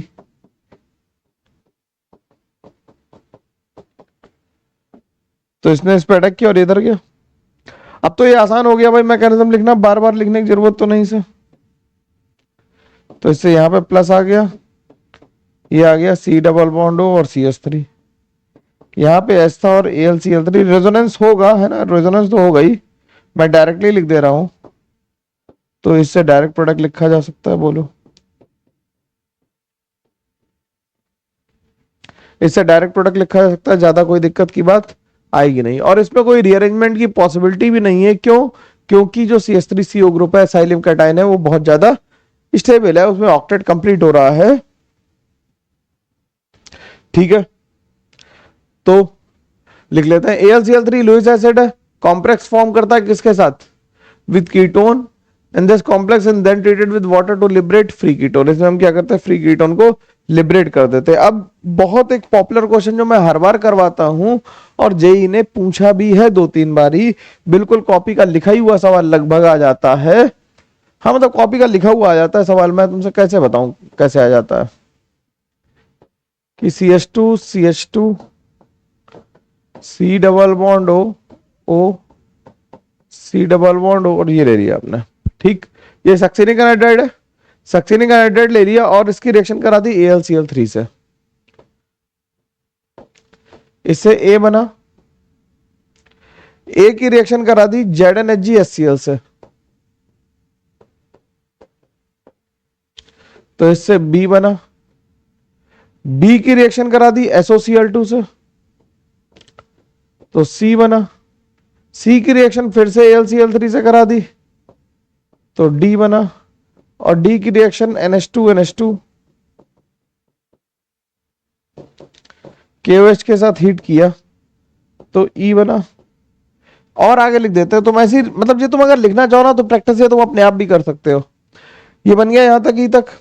अब इस पे रिएक्शन कराई NBS की दो इक्विवेलेंट की, तो इससे F बना, और F की रिएक्शन करा दी किससे, अल्कोहलिक KOH से, ABCDEF के बाद आ जाएगा G बना। इस क्वेश्चन को करना है हमें तो जरा ईमानदारी से करना शुरू करते हैं हम लोग। और भी आगे लिख सकता हूं GHIJK, ऐसे कितना भी लिखा जा सकता है, क्योंकि लगातार दिमाग में प्रोडक्ट चलता रहेगा, तुम बहुत सारे प्रोडक्ट लिख सकते हो, है ना, लिखा जा सकता है आगे भी, कोई दिक्कत नहीं। इसका फिर से हम क्या करा दें, हेलोजिनेशन करा दें, या फिर इसका भी हम लोग नाइट्रेशन करा दें, फिर उसे रिड्यूस कर दें, फिर डाइजोटाइजेशन करा दें, फिर उसमें फिनॉल डाल दें, कुछ कुछ कर सकते हैं रिएक्शन में, है ना, कुछ ना कुछ बनाया जा सकता है। लेकिन फिलहाल अभी हम लोग यहीं पे स्टिक करते हैं कि जी तक बना लें।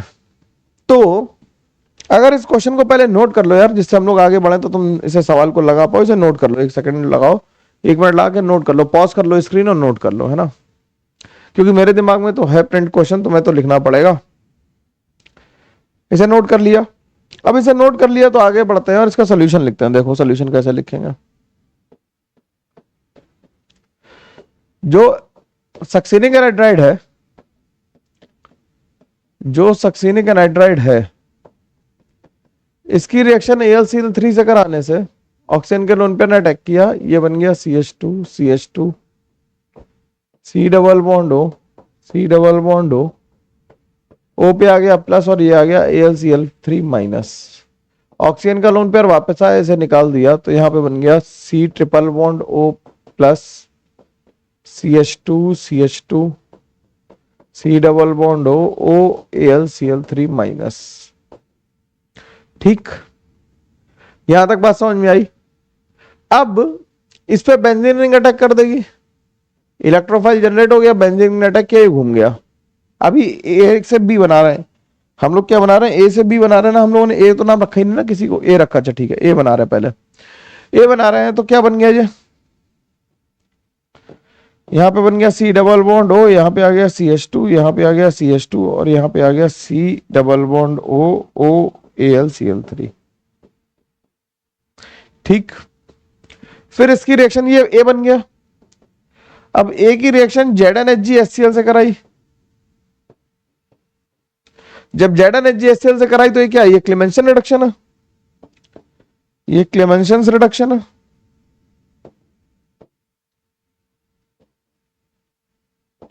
ये क्या है, ये क्लेमेंसन रिडक्शन है। क्लेमेंसन रिडक्शन हुआ तो क्या बन गया, ये कन्वर्ट हो गया CH2 में, यहां आ गया CH2, यहां आ गया CH2 और यहां पे आ गया C डबल बॉन्ड OOH। फिर इसकी रिएक्शन कराई, यहां से बन गया B की रिएक्शन कराई SOCl2 से, यही चल रहा है ना सीक्वेंस, देख लो जरा, SOCl2 से कराई, बिल्कुल ठीक। SOCl2 क्या करता है, OH को Cl में कन्वर्ट कर देता है, OH को Cl में कन्वर्ट कर देता है, बोलो,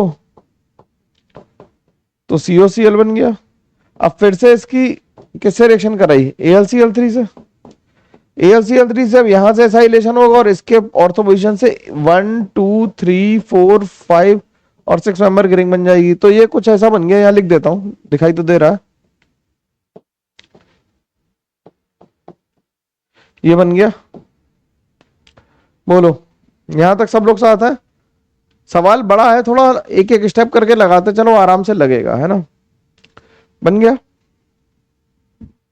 अब जब डी बन गया, डी के बाद हमने रिएक्शन कराई किससे, डी की रिएक्शन कराई NH2 KOH से। अब NH2 KOH से रिएक्शन कराओगे जब, तो NH2 और KOH क्या है, ये है Wolff किस्टन reduction.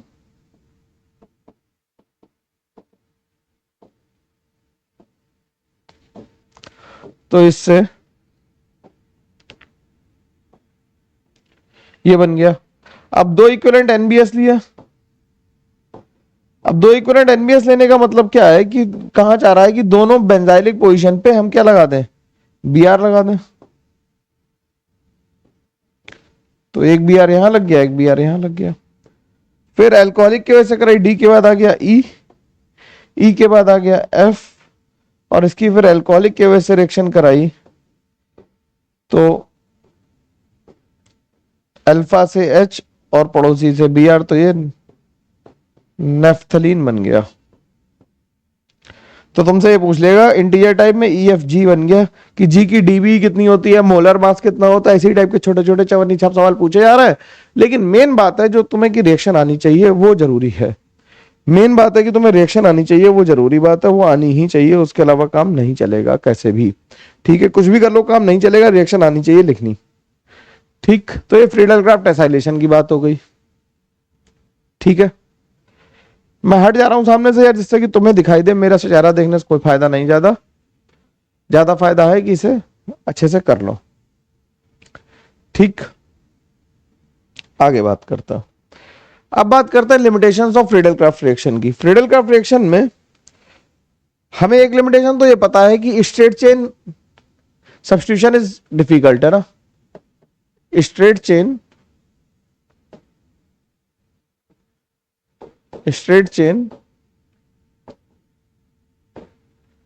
substitution is very difficult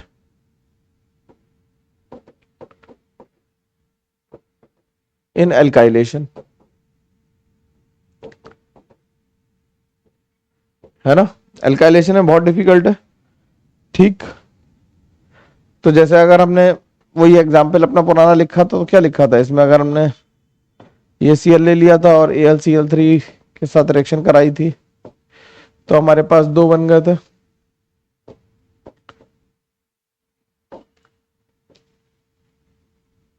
एक तो ये बनना चाहिए था, ये माइनर बना था, और मेजर क्या बन गया था, मेजर क्यूमीन बन गया था।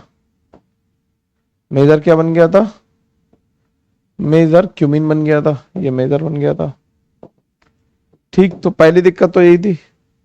दूसरी दिक्कत क्या थी कि एराइल और विनाइल हैलाइड जब यूज करेंगे, एराइल और विनाइल हैलाइड यूज करने से रिएक्शन हो नहीं पाएगी। क्यों? क्योंकि एराइल और विनाइल हैलाइड में जो Cl है वो पहले से रेजोनेंस में इन्वॉल्व है, तो ये रिएक्शन उतने अच्छे से नहीं चलती और कार्बोकेटायन नहीं बन पाता। तो अगर हम बेंजीन की रिएक्शन ऐसे लिखें कि बेंजीन की रिएक्शन हम कराना चाहें विनाइल हैलाइड से, AlCl3 के साथ, तो कुछ नहीं होगा। और अगर एराइल हैलाइड के साथ कराना चाहें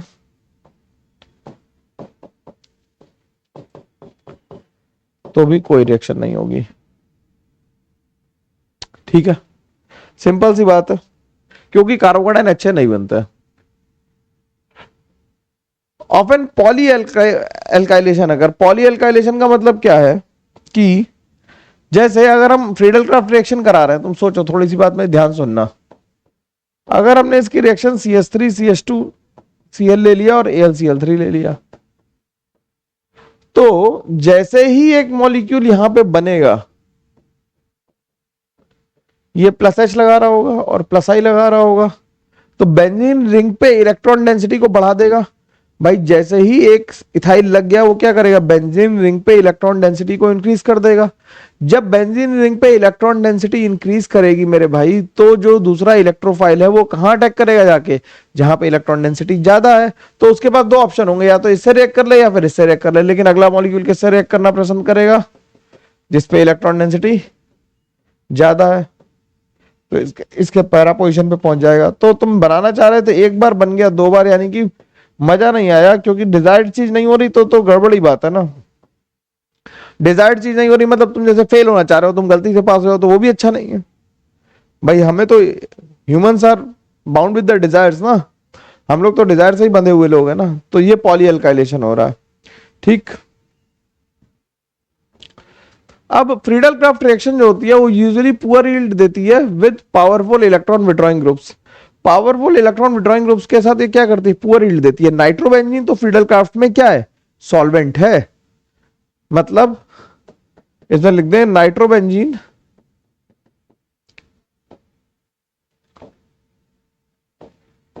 is used as a solvent in case of किसके, in case of Friedel craft reaction. In case of Friedel craft reaction nitrobenzene क्या है, सॉल्वेंट की तरह यूज होती है, तो नाइट्रोबेंजीन के साथ ये दिक्कत है। Powerful electron withdrawing groups like के नीचे मैं लिख देता हूं यहाँ पे कौन कौन नहीं हो सकता, जैसे NO2 ले लें, जैसे COH ले लें, जैसे SO3H ले लें, जैसे CHO ले लें, जैसे CF3 ले लें। ये क्या है, ये इलेक्ट्रॉन विड्रॉइंग ग्रुप्स हैं, तो इनके साथ पुअर यील्ड आएगी, अच्छी यील्ड नहीं आएगी।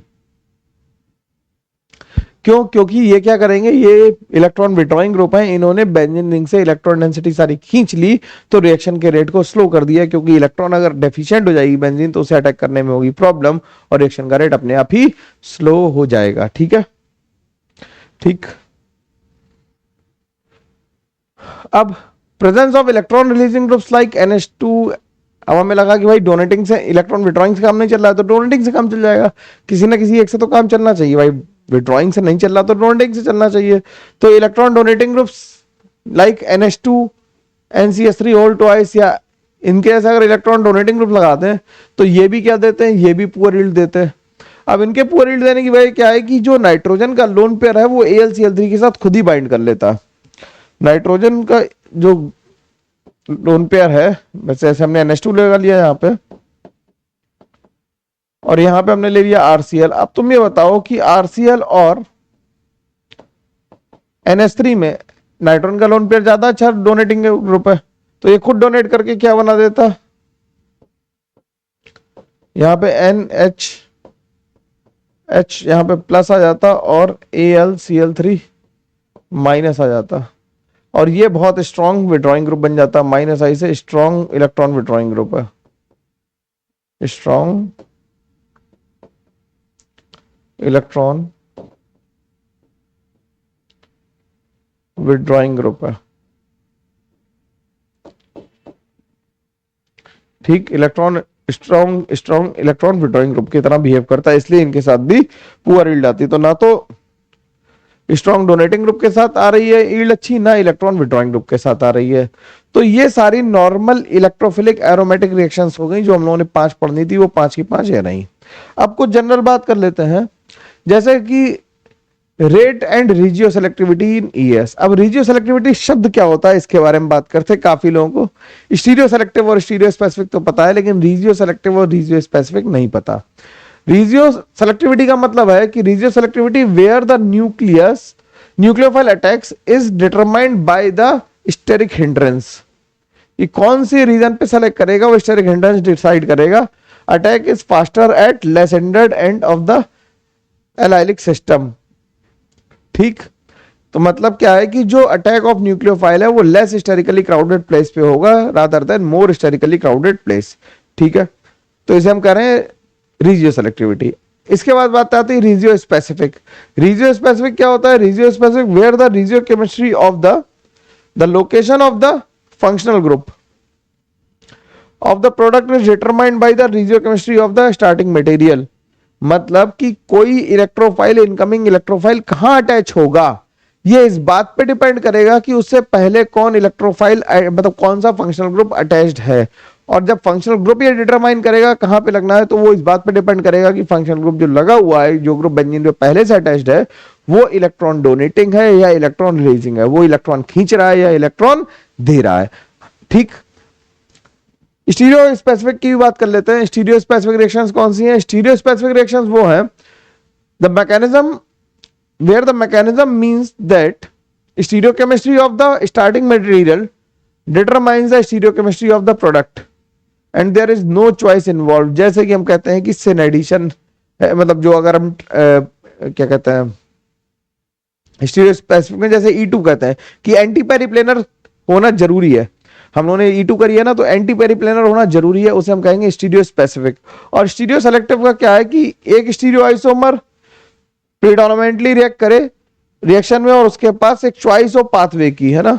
जैसे अगर हम बात करें कि हम ट्रांस एल्कीन पे सिस एडिशन कराएं या सिस एल्कीन पे सिस एडिशन कराएं, तो ये क्या हो जाएगा? स्टीरियो सेलेक्टिव हो जाएंगे। तो स्टीरियो सेलेक्टिव और स्टीरियो स्पेसिफिक में फंडामेंटल डिफरेंस है, वो तुम्हें पता होना चाहिए। और स्टीरियो सेलेक्ट रिजियो स्पेसिफिक और रिजियो सेलेक्टिव में भी। आगे बात करते हैं और हम लोग आगे चलते हैं। अब क्या करेंगे? अब हम लोग बेंजीन रिंग पे पहले से कोई सब्स्टिट्यूएंट प्रेजेंट है उसका इफेक्ट देखेंगे कि बेंजीन रिंग पे जो इलेक्ट्रोफिलिक सब्स्टिट्यूशन होने वाला है वो कैसे होगा। तो अगर कोई सब्स्टिट्यूएंट प्रेजेंट है तो वो दो तरह का हो सकता है। कैसा हो सकता है? या तो ऑर्थो पैरा डायरेक्टर हो, या तो क्या हो? ऑर्थो पैरा डायरेक्टर हो। ओपी डायरेक्टर कहते हैं इसे। ओपी डायरेक्टर का मतलब क्या है? इसे लिखेंगे क्या? Ortho para director. Ortho para director का मतलब है कि कहां से आ रहा है? ऑर्थो और पैरा पे इनकमिंग इलेक्ट्रोफाइल को कहां पे डायरेक्ट करेगा, भेजेगा? ऑर्थो और पैरा पोजीशन में विद रिस्पेक्ट टू इटसेल्फ। क्या कि incoming electrophile will be attached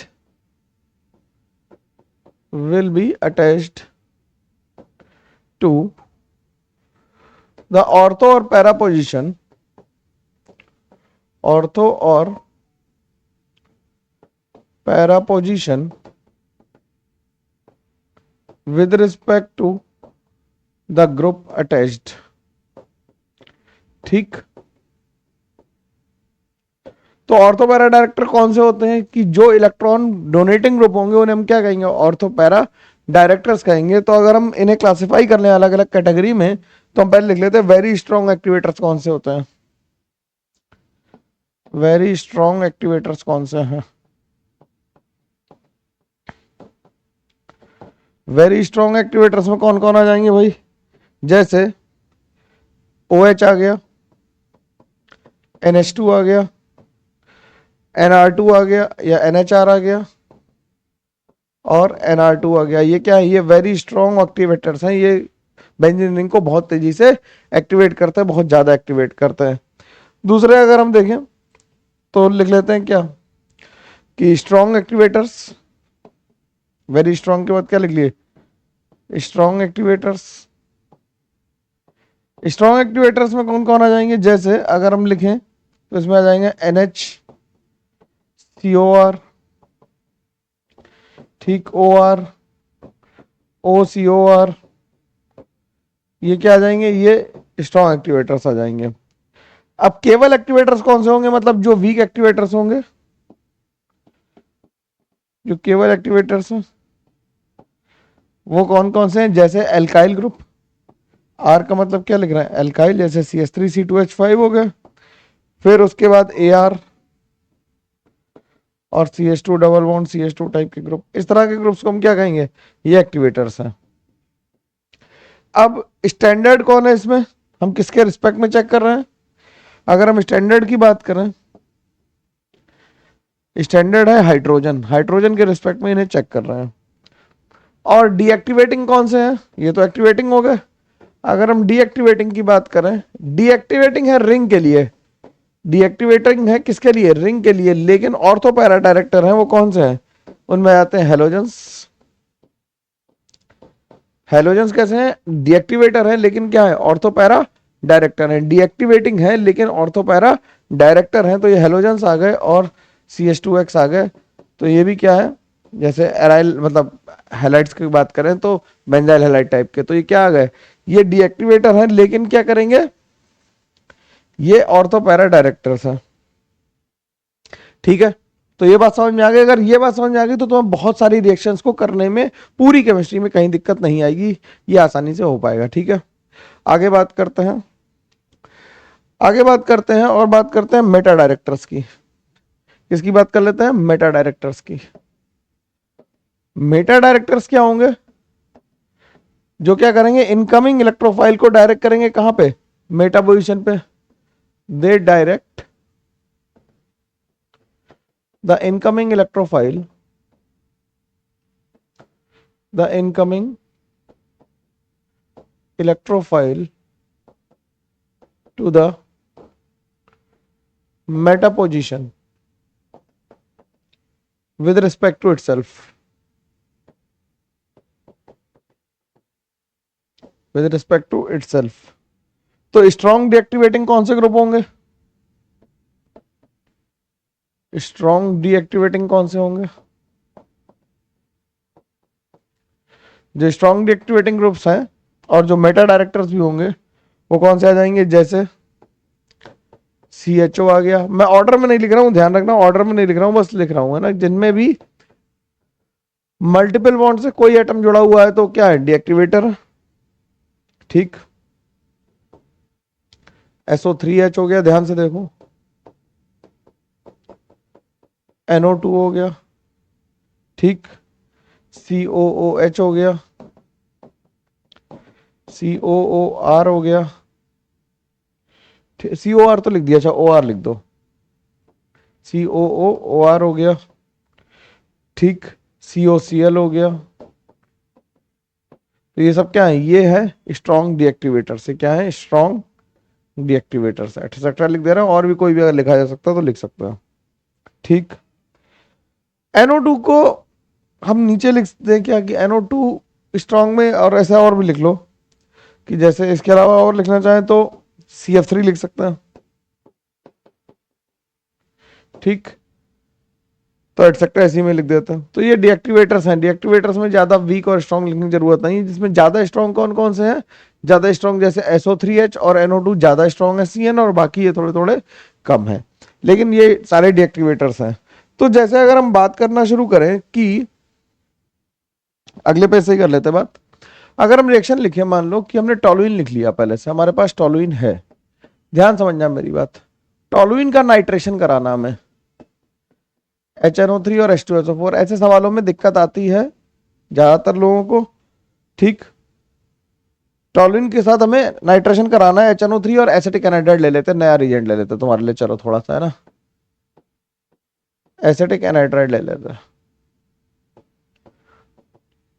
तो ये नाइट्रेशन करेगा। नाइट्रेशन करेगा तो कहां पे लगा सकता है? CH3 कैसा है? CH3 ऑर्थो पैरा डायरेक्टर है। CH3 कैसा है? CH3 is ortho para. अब मैकेनिज्म लिखने की जरूरत नहीं, बस प्रोडक्ट लिखेंगे। CH3 कैसा है? CH3 is ortho para director. कैसा है? CH3 is ortho para director. CH3 ortho para director है, तो इसने क्या किया? ऑर्थो पे NO2 को लगाया और पैरा पे लगाया, और मेटा पे भी लग सकता है। हम परसेंटेज यील्ड पे भी थोड़ी सी बात करेंगे, और थोड़ा बहुत मेटा पे भी लग जाएगा।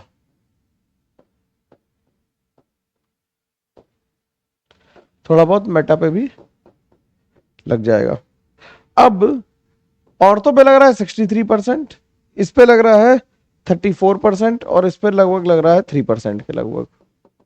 तो मेजर क्या बना? ऑर्थो बना। मेजर ऑर्थो इसलिए बना क्योंकि ऑर्थो में एक खास बात यह है कि ऑर्थो में प्रोबेबिलिटी फैक्टर ज्यादा काम करता है। दो पोजीशन सेम है जिसके रिस्पेक्ट में ऑर्थो है, तो अगर लेफ्ट में लगे या राइट में लगे वो दोनों काउंट करेंगे। इसलिए देखो लगभग लगभग डबल बन जा रहा है, 31% बनता है दोनों, तो वो डबल दिखाई दे रहा है, ठीक है।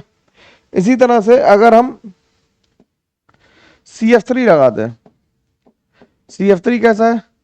CF3 तो इलेक्ट्रॉन विड्रॉइंग ग्रुप है, EWG लिख देते हैं, इलेक्ट्रॉन विड्रॉइंग ग्रुप। तो ये कैसा है? मेटा डायरेक्टर है। और इसकी रिएक्शन अगर हम HNO3 H2SO4 से कराएंगे तो कौन मेजर बनेगा? कौन मेजर बनेगा? इसमें ऑर्थो पैरामेटा तीनों बनाएंगे। CF3 लिखना है, ध्यान रखना CH3 नहीं है, NO2 लिखेंगे। ऑर्थो मेटा पैरा तीनों बना देते हैं। बात समझ में आ रही है आसानी से? और पैरा पे भी बना दिया। लेकिन क्योंकि ये मेटा डायरेक्टिंग है इसलिए 91% ये बन जाएगा। बाकी तो परसेंटेज यील्ड याद रखने की जरूरत नहीं है, मैं परसेंटेज यील्ड इसलिए लिख दे रहा हूँ कि ऑथेंटिसिटी थोड़ी सी बढ़ जाती है कि हाँ जो मैं कह रहा हूँ वही हो रहा है, उसके अलावा कुछ और नहीं हो रहा है। ठीक है, बात समझ में आई? बात समझ में आती जा रही है? ठीक। इसी तरह से अगर हम लोग रिएक्शन कराएं, इन जनरल अगर हम लिखें तो यहां पे लिख देते हैं कि इन जनरल जो होगा, जो पैरा प्रोडक्ट होगा वो मेजर होता है। In general para product is major product due to steric hindrance. Product is major due to steric hindrance in case of ortho para director group. Ortho para director group, हाँ मतलब ortho para director तो ना compulsory condition है, ये मत मान लेना कि मेटा डायरेक्टिंग होगा तुमको नहीं सर ने तो लिखा है पैरा होता, नहीं भैया ऐसा मत करना है ना। HNO3 और एसिटिक एसिड ले लेते हैं, एसिटिक एनाइड्राइड लेते हैं। जब एसिटिक एनाइड्राइड इसमें लोगे तो ऑक्सीजन क्या करेगा, एसिटिक एनाइड्राइड के साथ बॉन्ड बना लेगा, और एसिटिक एनाइड्राइड के साथ बॉन्ड बनाने से ऑर्थो पोजीशन पे काफी स्टेरिक हिंड्रेंस आ जाएगा, और स्टेरिक हिंड्रेंस आने की वजह से क्या होगा, यहां तक दिख रहा है ना? ठीक है, जो NO2 बनना चाहिए था वो ज्यादा बनना चाहिए था, लेकिन इस बार 44% बना और लगभग 56% के लगभग पैरा प्रोडक्ट बन गया, तो पैरा इसमें मेजर आ गया। ये 56% के लगभग बना, तो इन जनरल पैरा प्रोडक्ट ही मेजर होता। जब बड़े ग्रुप लगाने हो, जैसे मान लो कि अगर हमें, ये बहुत पॉपुलर रिएक्शन है, बहुत इंपॉर्टेंट भी है, ये इंपॉर्टेंट रिएक्शन है। क्या इसकी रिएक्शन किससे कराते हैं? Br2CH2 से कराता है। CH2 कैसा है, नॉन पोलर सॉल्वेंट है, तो इसमें Br प्लस बहुत कम जनरेट होगा, और इससे केवल para nitro bromo para bromophenol बन जाएगा। क्या बन जाएगा? पैरा ब्रोमोफिनॉल बनेगा।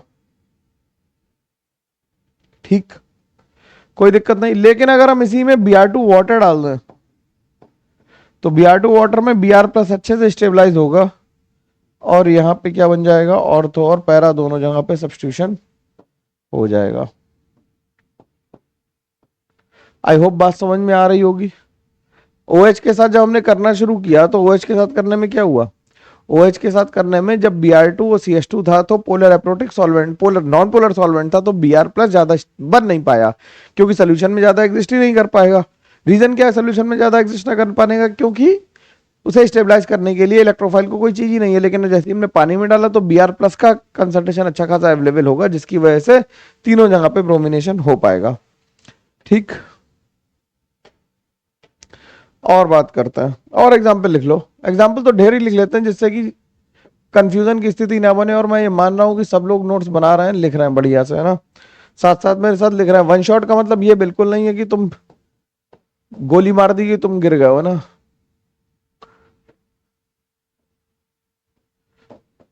तो ये CHO आ गया, और यहां से क्या आएगा, पैरा डायरेक्टिंग है। अब केवल मेजर प्रोडक्ट ही लिख रहे हैं हम लोग। ठीक, केवल मेजर प्रोडक्ट ही लिख रहे हैं। इसकी रिएक्शन क्लोरीनेशन करा दो तो कहां लगेगा,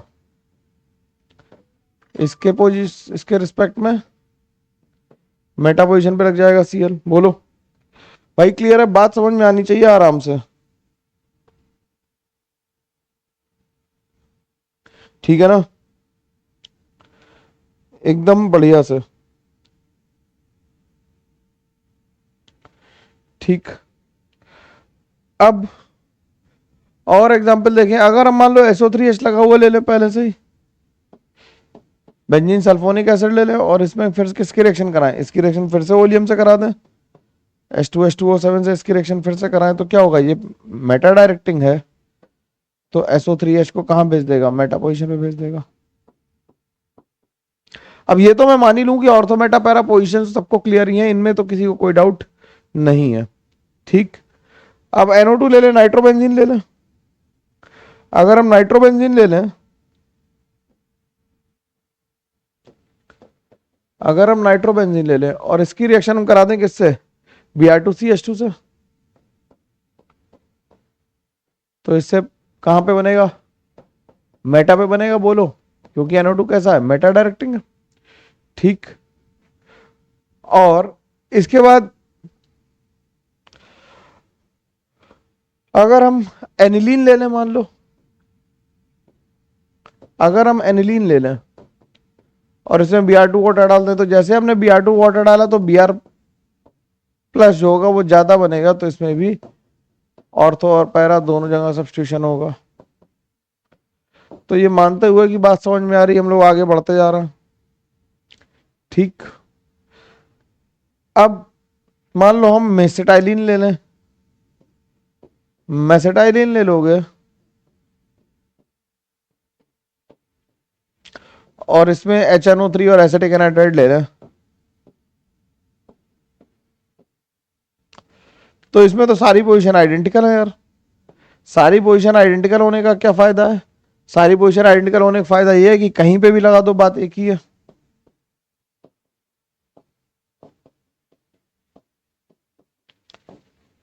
कहीं पे भी लगा दो बात एक ही पड़ेगी। आराम से नोट करते चलो, लिख लो आराम से। और एग्जाम्पल लिखूंगा, चिंता मत करो। तुम्हें जब तक ये दिमाग में स्टेबलाइज नहीं हो जाएगा तब तक हम लोग एग्जाम्पल लिखते रहेंगे। और मैं उम्मीद कर रहा हूं कि मेरे साथ तुम भी लिख रहे हो, तो तुम्हारे दिमाग में कभी ना कभी तो स्टेबलाइज हो ही जाएगी बात। कि बस सिंपल ध्यान रखना है कि कौन ऑर्थो पैरा डायरेक्टिंग है, कौन मेटा डायरेक्टिंग है। और ऑर्थो पैरा डायरेक्टिंग है तो वो ऑर्थो पोजीशन पे जाएगा या पैरा पे जाएगा, और मेनली पैरा पे जाएगा। और अगर मेटा डायरेक्टिंग है तो दिमाग लाने की जरूरत ही नहीं, सीधे मेटा पे भेज दो, काम खत्म हुआ। ठीक, जैसे और एग्जाम्पल लिखे,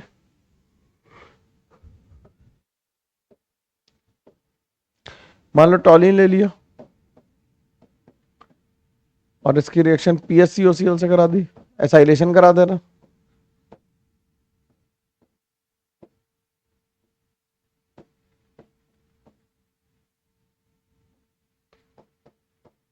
तो इससे पैरा पोजीशन पे लग जाएगा पीएच आके, और ये मेजर होगा। ठीक, इसी तरह से अगर हम स्ट्रॉन्ग -I ग्रुप लगा दें, ये -I स्ट्रॉन्ग लगाएगा, जिसकी वजह से कैसा होगा, मेटा डायरेक्टिंग होगा ये। ठीक, तो इसकी रिएक्शन जब Cl2 FeCl3 से कराएंगे तो ये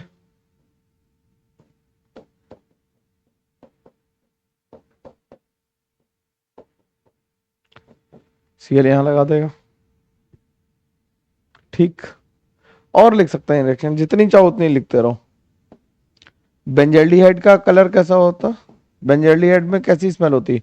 कलर छोड़ो, स्मेल बताओ। बेंजल्डिहाइड की कमेंट करके स्मेल बताओ क्या होगी। कॉन्सेंट्रेट H2SO4 के साथ कॉन्सेंट्रेटेड HNO3 ले लें,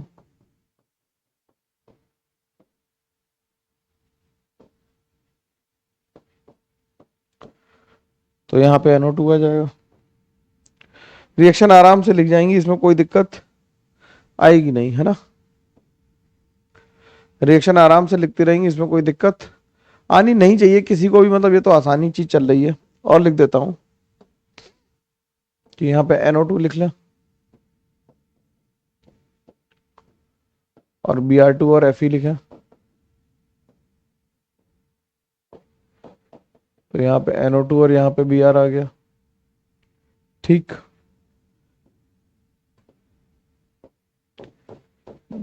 एसिटोफेनॉन ले लें और इसकी रिएक्शन कॉन्सेंट्रेटेड HNO3 और H2SO4 से करा दें,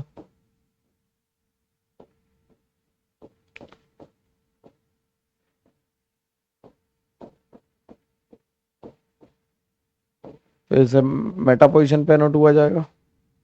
ठीक, अब तुम्हारे लिए केस को थोड़ा सा कठिन कर देता है ना। केस को कठिन कर देते हैं, हमने दो जगह NO2 लगा लिया, एक जगह NO2 लगा लिया, एक जगह Cl लगा लिया, ऐसा कर लो। और इसकी रिएक्शन Cl2 FeCl3 से कराई, तो कहां पे लगाएंगे?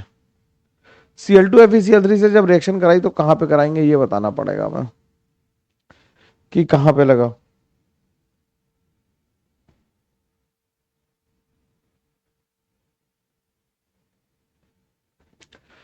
तो एक हमारे पास क्या है इसमें, एक है हमारे पास मेटा डायरेक्टिंग ग्रुप है।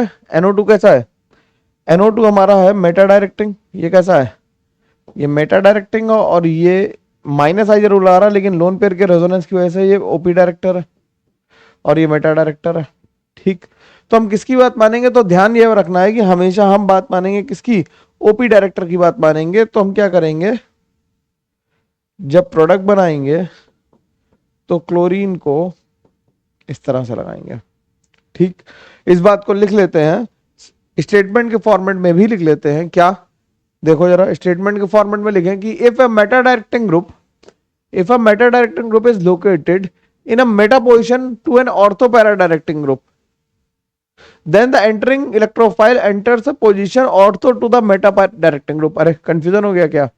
ये कह रहा है कि अगर एक ऑर्थो पैरा डायरेक्टिंग ग्रुप है और एक मेटा डायरेक्टिंग ग्रुप है और दोनों आपस में एक दूसरे के रिस्पेक्ट में मेटा पोजीशन पे हैं, तो जो इलेक्ट्रोफाइल आएगा वो मेटा डायरेक्टिंग ग्रुप के ऑर्थो पोजीशन में लगेगा, यानी कि जो इलेक्ट्रॉन डोनेटिंग ग्रुप है ऑर्थो पैरा डायरेक्टिंग उसके पैरा पोजीशन पे लगेगा। सिंपल सी बात है। ठीक, बात समझ में आ गई? इसी तरह से अगर हम एक एग्जांपल और लिखें कि एक जगह OH लगा ले, एक जगह CH3 लगा ले, OH और CH3 लगा लिया और Br2CH2 से रिएक्शन करानी, तो मोनोब्रोमिनेशन ही कराना चाहते हैं। तो दो ऑप्शन है भाई हमारे पास में। OH ज्यादा इलेक्ट्रॉन डोनेटिंग ग्रुप है, तो OH इलेक्ट्रॉन डोनेटिंग ग्रुप है तो OH की बात ही मानी जाएगी, CH3 की बात नहीं मानी जाएगी। तो जब दो इलेक्ट्रॉन डोनेटिंग ग्रुप हो तो उसकी बात मानो जो ज्यादा इलेक्ट्रॉन डोनेटिंग हो। क्यों? क्योंकि बेंजीन को इलेक्ट्रॉन डोनेट करने हैं, तो जो ज्यादा इलेक्ट्रॉन डोनेटिंग है उसी की बात मानने में फायदा है। ठीक, प्लस इससे दूसरा प्रोडक्ट भी बनेगा। अब ये मत कहना कि ये CH3 के ऑर्थो में बन गए दोनों, CH3 के ऑर्थो में नहीं देखना, मैं OH के ऑर्थो और पैरा में देखना है। ठीक है ना? ठीक, ठीक है। तो कह रहा है if a strong activating group competes with a weak one or with a deactivating group, then the formal controls the reaction। कह रहा है कि जब स्ट्रॉन्ग एक्टिवेटिंग ग्रुप और वीक एक्टिवेटिंग हो या फिर डीएक्टिवेटिंग ग्रुप हो, तो हम किसकी बात मानेंगे? हम हमेशा एक्टिवेटिंग ग्रुप की बात मानेंगे जिसका एक्टिवेशन स्ट्रॉन्ग है। ठीक है, क्योंकि हम बेंजीन को एज ए न्यूक्लियोफाइल अटैक कराना है, तो न्यूक्लियोफाइल बेंजीन तभी अच्छी बन पाएगी जब वो से अटैक करने का ज्यादा मौका मिलेगा। ठीक है, बात समझ में आई?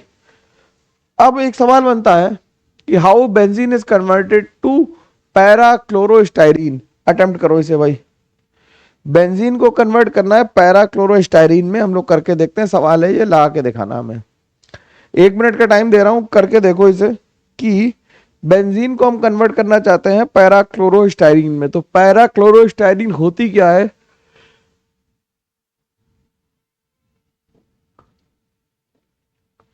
ये बताना पड़ेगा। तो ये पैराक्लोरोस्टाइरीन है, तो बेंजीन से पैराक्लोरोस्टाइरीन हमें कन्वर्ट करनी है, करके दिखाओ भाई। ये पैराक्लोरोस्टाइरीन है ना, ठीक है, बेंजीन सबको पता ही है। तो हम क्या करें, हमने क्या किया, बेंजीन ली, बेंजीन की रिएक्शन किससे करा दी? CH3 CH2Cl AlCl3, और बेंजीन को एक्सेस में ले लो जिससे कि रिएक्शन कंप्लीट हो जाए। और क्या बन जाएगा इससे? इथाइल बेंजीन बन जाएगी। इथाइल बेंजीन बन गई, इसका क्लोरीनेशन करा दें।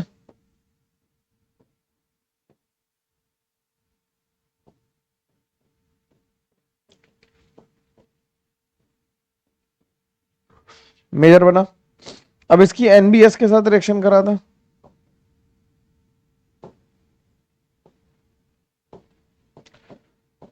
तो तुम्हें हाइड्रोकार्बन वाली रिएक्शंस और एल्काइलाइड वाली रिएक्शंस भी याद होनी चाहिए, और फिर इसकी अल्कोहलिक के वजह से रिएक्शन करा दें।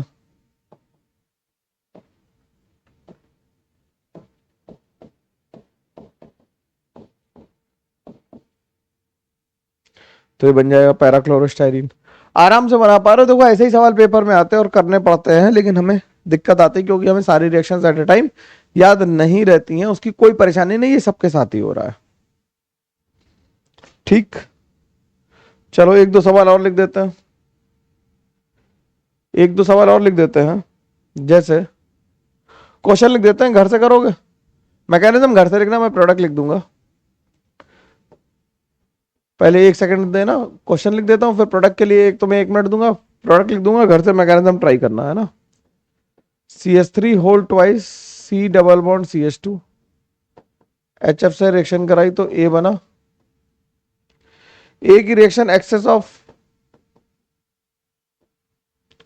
CH3Cl से कराई इन प्रेजेंस ऑफ AlCl3, तो इससे B बना।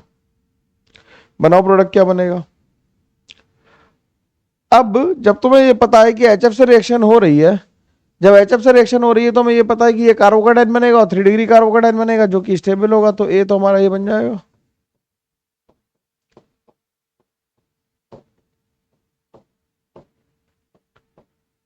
ये तो हमारा ये बन जाएगा। और इसके बाद जब इसकी रिएक्शन CH3Cl और AlCl3 के साथ करा रहे हैं जो कि एक्सेस में है, तो इससे क्या बन जाएगा,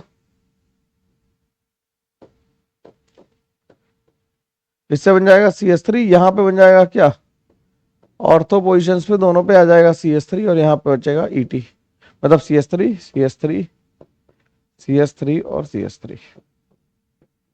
आराम से बन पाया ये, इसमें कोई समस्या मुश्किल परेशानी नहीं होगी, आराम से आंसर आ गया।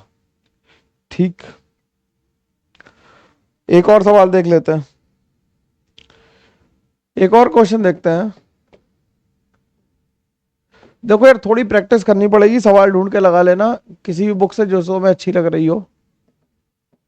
सवाल लगाने पड़ेंगे तो वो तो करने ही चाहिए। इसकी रिएक्शन करानी है हमें, मोनोनाइट्रेशन कराना है इसका, ऐसा लिख देते हैं, मोनोनाइट्रेशन कराना है। जब मोनोनाइट्रेशन कराना है तो तुम अगर ध्यान से देखोगे तो तुम्हें पता लगेगा कि ये इलेक्ट्रॉन डोनेटिंग ग्रुप और ये इलेक्ट्रॉन विड्रॉइंग है। SO3H माइनस M लगा रहा है और NHCOR क्या लगा रहा है, प्लस M लगा रहा है। तो ये कैसा है, ऑर्थो पैरा डायरेक्टर, और ये कैसा है, मेटा डायरेक्टर। तो इसमें तो किस्मत अच्छी है कि ऊपर वाले का जो ऑर्थो पैरा है वही नीचे वाले का क्या है, मेटा है। ऊपर वाले का जो ऑर्थो पैरा है वही नीचे वाले का मेटा है, तो तुम्हारी किस्मत अच्छी है, डायरेक्ट एक ही आंसर आएगा और यहीं आके सेटिस्फाई हो जाओगे। ऐसे सवाल बहुत पेपर में आते हैं कि 2 बेंजीन रिंग दे दी तुम्हें और इस कंपाउंड का मोनोनाइट्रेशन कराना है, कौन से रिंग पे रिएक्शन ज्यादा तेज होगी। जब मोनोनाइट्रेशन कराओगे तो ये माइनस M लगा रहा, तो ये डीएक्टिवेट कर रहा है,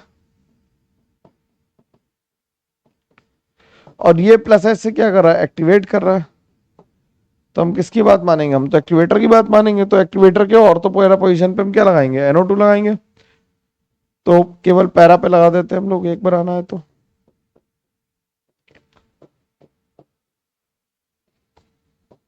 बात समझ में आ गई बिल्कुल बढ़िया से, कोई समस्या मुश्किल परेशानी दिक्कत इसमें नहीं होगी। ठीक है, इसमें कोई परेशानी नहीं। अब आगे बात करते हैं और मल्टीपल सब्स्टिट्यूएंट इफेक्ट्स की बात करते हैं। मल्टीपल सब्स्टिट्यूएंट इफेक्ट्स में क्या होगा कि जैसे अगर हम पैराजाइलिन ले लें, अगर हम पैराजाइलिन ले लें और इसकी रिएक्शन करा दें एसिटिक एनाइड्राइड से,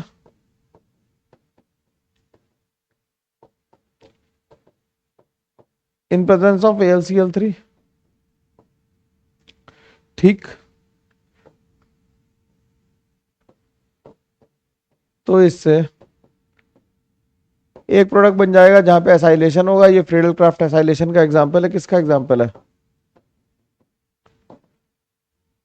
फ्रीडल क्राफ्ट रिएक्शन का एग्जांपल है। इसमें कंफ्यूजन इसलिए नहीं था क्योंकि ये सिमेट्रिक था, इसमें कंफ्यूजन सिमेट्रिक था इसलिए कंफ्यूजन नहीं था। और इसमें अगर हम यहाँ पे CH3 और NO2 ले लें, ये बात हम लोग पहले ही लिख चुके हैं, दोबारा से हेडिंग पड़ गई है, हम लोग लिख चुके हैं Br2Fe से रिएक्शन करानी हो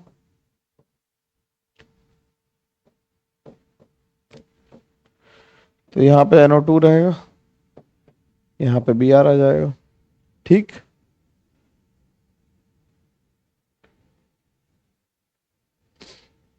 ठीक, तो लिख लेते हैं in almost all cases including most of those in which the directing effect of individual substituent opposes each other, It is more activating substituent that controls the regioselectivity of the electrophilic aromatic substitution reaction. ये बात समझ में आ रही है कि जो ज्यादा activating है उसकी बात मानी जाएगी, जो कम एक्टिवेटिंग है उसकी बात नहीं मानी जाएगी। घर में भी ऐसा ही होता है, जो ज्यादा पैसे कमा के लाता है उसकी बात मानती है मम्मी, है ना। ज्यादा वैल्यू किसकी है? जो ज्यादा पैसे कमा के ला रहा है। तो Br2 एसिटिक एसिड ले लिया, तो इसमें ये भी इलेक्ट्रॉन डोनेटिंग है, ये भी है, लेकिन इसका प्लस एम मोर है। जब प्लस एम मोर है तो ये ज्यादा एक्टिवेटिंग है, तो इसकी बात मानी जाएगी। और यहां पे Br लगा देंगे, ठीक।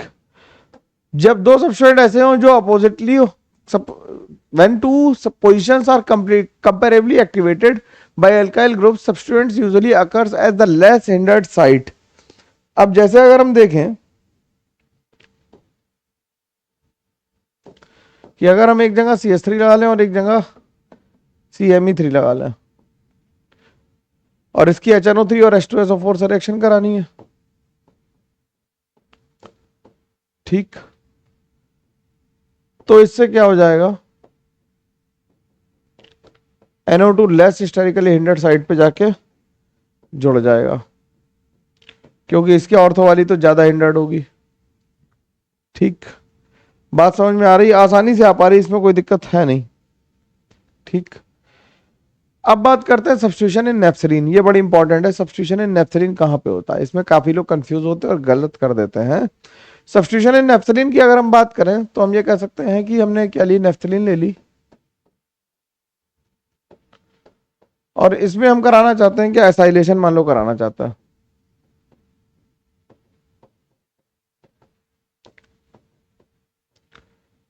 तो एसाइलेशन कहां पे होगा ये हमें बताना है, तो या तो इस पोजीशन पे होगा या इस पोजीशन पे होगा, बाकी तो सेम ही है।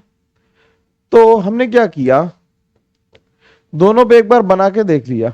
अगर इस पोजीशन पे एसाइलेशन हुआ तो यहाँ पे COCH3 लग जाएगा आके, यहाँ पे कार्बोकेटाइन बनेगा। और अगर दूसरी बार यहाँ पे हुआ, जहां पे हम लोग अल्फा पोजीशन पे कह रहे हैं, अब हमें देखना है इन दोनों में से मोर स्टेबल कार्बोकेटाइन कौन सा है। हमें क्या देखना है, इन दोनों में से मोर स्टेबल कार्बोकेटाइन कौन सा है। अब इन दोनों में से मोर स्टेबल कार्बोकेटाइन जब तुम्हें सेलेक्ट करना पड़ रहा है, तो यार ये देखो ध्यान से कि इसमें बेंजीन के साथ रेजोनेंस हो रहा है और इसमें एक एक्स्ट्रा रेजोनेंस हो रहा है। तो जब भी एक्स्ट्रा रेजोनेंस आएगा, बेंजीन की एरोमेटिसिटी डिस्टर्ब नहीं होगी, तो ये मोर स्टेबल हो जाएगा। इसमें क्या हो रहा है, बेंजीन की वजह से बेंजीन का रेजोनेंस से स्टेबिलिटी बढ़ रही है, लेकिन इसमें भी इवेंचुअली बेंजीन के साथ जाएगा रेजोनेंस में, लेकिन अभी पहले एक एक्स्ट्रा रेजोनेंस मिल रहा है जो बेंजीन की स्टेबिलिटी को डिस्टर्ब करे बिना मिल रहा है, तो ये ज्यादा स्टेबल हो जाएगा और इसी से -H+ होके हम फाइनल प्रोडक्ट बना देंगे। तो हम ध्यान रखेंगे कि नेफ्थलीन में जब हमें प्रोडक्ट बनाना हो तो हम अल्फा पोजीशन पे सब्स्टिट्यूट कराएंगे, ना कि बीटा पोजीशन पे। तो इसे अल्फा लिख लेते हैं, इसे बीटा लिख लेते हैं, तो अल्फा पोजीशन पे सब्स्टिट्यूट कराएंगे, ठीक। या इसे C1 लिख लो, इसे C2 लिख लो, एक ही बात है, ठीक। बात समझ में आ गई। तो इसे लिख लेते हैं, the two sides are available for substitution in naphthalene, C1 and C2। The more reactive side for electrophilic substitution is normally C1. C1 is more reactive because the intermediate form when the electrophilic bonds is there is a relatively stable carbocation. A benzene type pattern of bonds is retained in one ring and the positive charge is delocalized by the allylic system. इसलिए वो ज्यादा stable हो रहा है, ठीक। तो इस तरह से हम लोगों ने क्या कर लिया, बेंजीन के साथ नेफ्थलीन भी कर लिया। अब एक और बात कर लेते हैं कि EAS इन पायरोल देख लेते हैं। EAS इन पायरोल, पायरोल क्या है, तो तुम बताओ कि अगर हमें कोई इलेक्ट्रोफाइल ऐड करना हो तो कहां पे ऐड होगा, मेन पोजीशन कौन सी होगी। इलेक्ट्रोफाइल जब हमें ऐड करना हो तो दो पोजीशंस हमारे पास आ सकती हैं, हमारे पास दो पोजीशंस आ सकती हैं। बच्चा लोग ध्यान से देखना कि या तो E यहां जुड़ जाए या फिर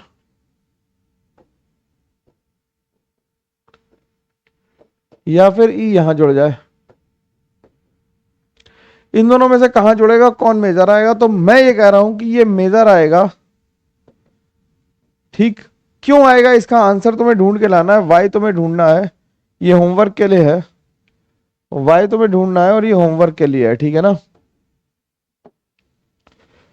वाई तुम्हें होमवर्क में ढूंढना है और हिंट ये है कि रेजोनेंस ये होमवर्क में ढूंढना है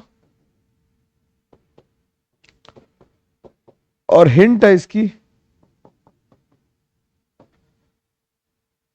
रेजोनेंस, ठीक है। तो ये तुम्हें ढूंढ के रखना है, यहां तक एकदम बात समझ में आ जानी चाहिए आसानी से, इसमें कोई दिक्कत नहीं होनी चाहिए किसी को भी किसी भी तरह की। ठीक है, बात समझ में आ रही है आराम से। तो यार यहाँ पे ये चैप्टर भी वाइंड अप होता है। अब ये फिनॉल की रिएक्शंस और बेंजल्डिहाइड की रिएक्शंस और मतलब बाकी इधर उधर की रिएक्शंस हम लोग फिनॉल के रिस्पेक्टिव चैप्टर में करेंगे। अभी के लिए ये वन शॉट तुम्हारे लिए इसलिए जरूरी था क्योंकि जिससे तुम्हें ये क्लैरिटी आ जाए कि इलेक्ट्रोफिलिक एरोमेटिक सब्स्टिट्यूशन करते कहाँ पे हैं, कैसे करते हैं। छोटा सा वन शॉट था, ज्यादा लंबा मैं वैसे भी मतलब मैं टाइम बर्बाद करने में विश्वास नहीं रखता किसी का भी। तो हम लोग इसे बढ़िया से कंप्लीट किया। कमेंट करके जरूर बताना कि यार कि कैसा लगा। और एक इंपॉर्टेंट अनाउंसमेंट ये है कि यार कल अनअकैडमी पे हम लोग कर रहे हैं AIMT कर रहे हैं, ठीक है। ये फ्री टेस्ट है। रिकमेंडेशन मेरा ये है कि फ्री टेस्ट में हर किसी को इनरोल होना चाहिए। ये फ्री टेस्ट है, इसमें हर किसी को इनरोल होना है ना, ठीक है ना। इसमें हर किसी को एनरोल होना चाहिए। क्यों? क्योंकि हम लोगों को टेस्ट देने के लिए पेपर चाहिए और पेपर बढ़िया तरीके से बनाया गया, स्पेशली क्यूरेट किया गया, तो तुम्हें इसे देने में कोई आपत्ति नहीं होनी चाहिए, ठीक है ना। लास्ट ईयर 73% ओवरलैप हो गया था पेपर, तो यार काफी अच्छा था, ठीक है। और नेक्सस बैच का तुम्हें फ्री एक्सेस भी मिलेगा। टॉप कल है सवेरे 9 से 12, तो इसका ध्यान रखना, इसे देना जरूरी है, आराम से दे देना। और फिर कमेंट करके बताना कि सर कितने नंबर आए, बैच मिला या नहीं मिला, वो मेरे को सारी इंफॉर्मेशन चाहिए। इसका डिस्क्रिप्शन का जो लिंक है वो मैं डाल दूंगा, लिंक जो है वो डिस्क्रिप्शन में डाल दूंगा। और हम लोग आगे बढ़ते हैं ना। तो ये टेस्ट जरूरी है देना, सबके लिए दे देना, बिल्कुल लिंक से कर देना यार क्लिक। फ्री टेस्ट है, इसमें क्या ही दिक्कत है तुम्हें, ठीक है। तो हम लोग यहीं पे अपनी वाणी को विराम देते हैं और हम लोग वही सीट लेंगे जो हम लोग चाहते हैं लेना। पढ़ते रहेंगे अच्छे से। मेरे से कनेक्ट करने के लिए चैनल है, टेलीग्राम पे कनेक्ट कर सकते हो, रेडिट पे कर सकते हो और व्हाट्सएप पे भी कर सकते हो। जहां पे तुम्हारा दिल करे वहां पे कनेक्ट कर सकते हो, वेबसाइट पे भी कर सकते हो। और हम लोग PYQ सीरीज भी करते रहेंगे। तब तक के लिए thank you very much, take care, bye bye. ध्यान रखो, खूब सारी पढ़ाई करते रहो। वीडियो जल्दी जल्दी आएंगे, मैं कोशिश कर रहा हूँ कि तुम्हारे पास डेली पहुंचे। थोड़ा टाइम कंस्टेंट होता है, लेकिन फिर भी हम लोग कोशिश कर रहे हैं कि ज्यादा से ज्यादा कंटेंट तुम्हारे पास पहुंच पाए। और कोई रिक्वायरमेंट हो तो बिल्कुल कमेंट करके बताओ। और चैनल को लाइक शेयर सब्सक्राइब करते रहना है लगातार, बहुत दूर तक जाना है यार, है ना। मैं अक्सर कहता हूँ miles to go before I sleep, miles to go before I sleep. तो यार जाना है दूर, है ना। ठीक, चलो मिलते हैं। Thank you very much, take care, bye bye.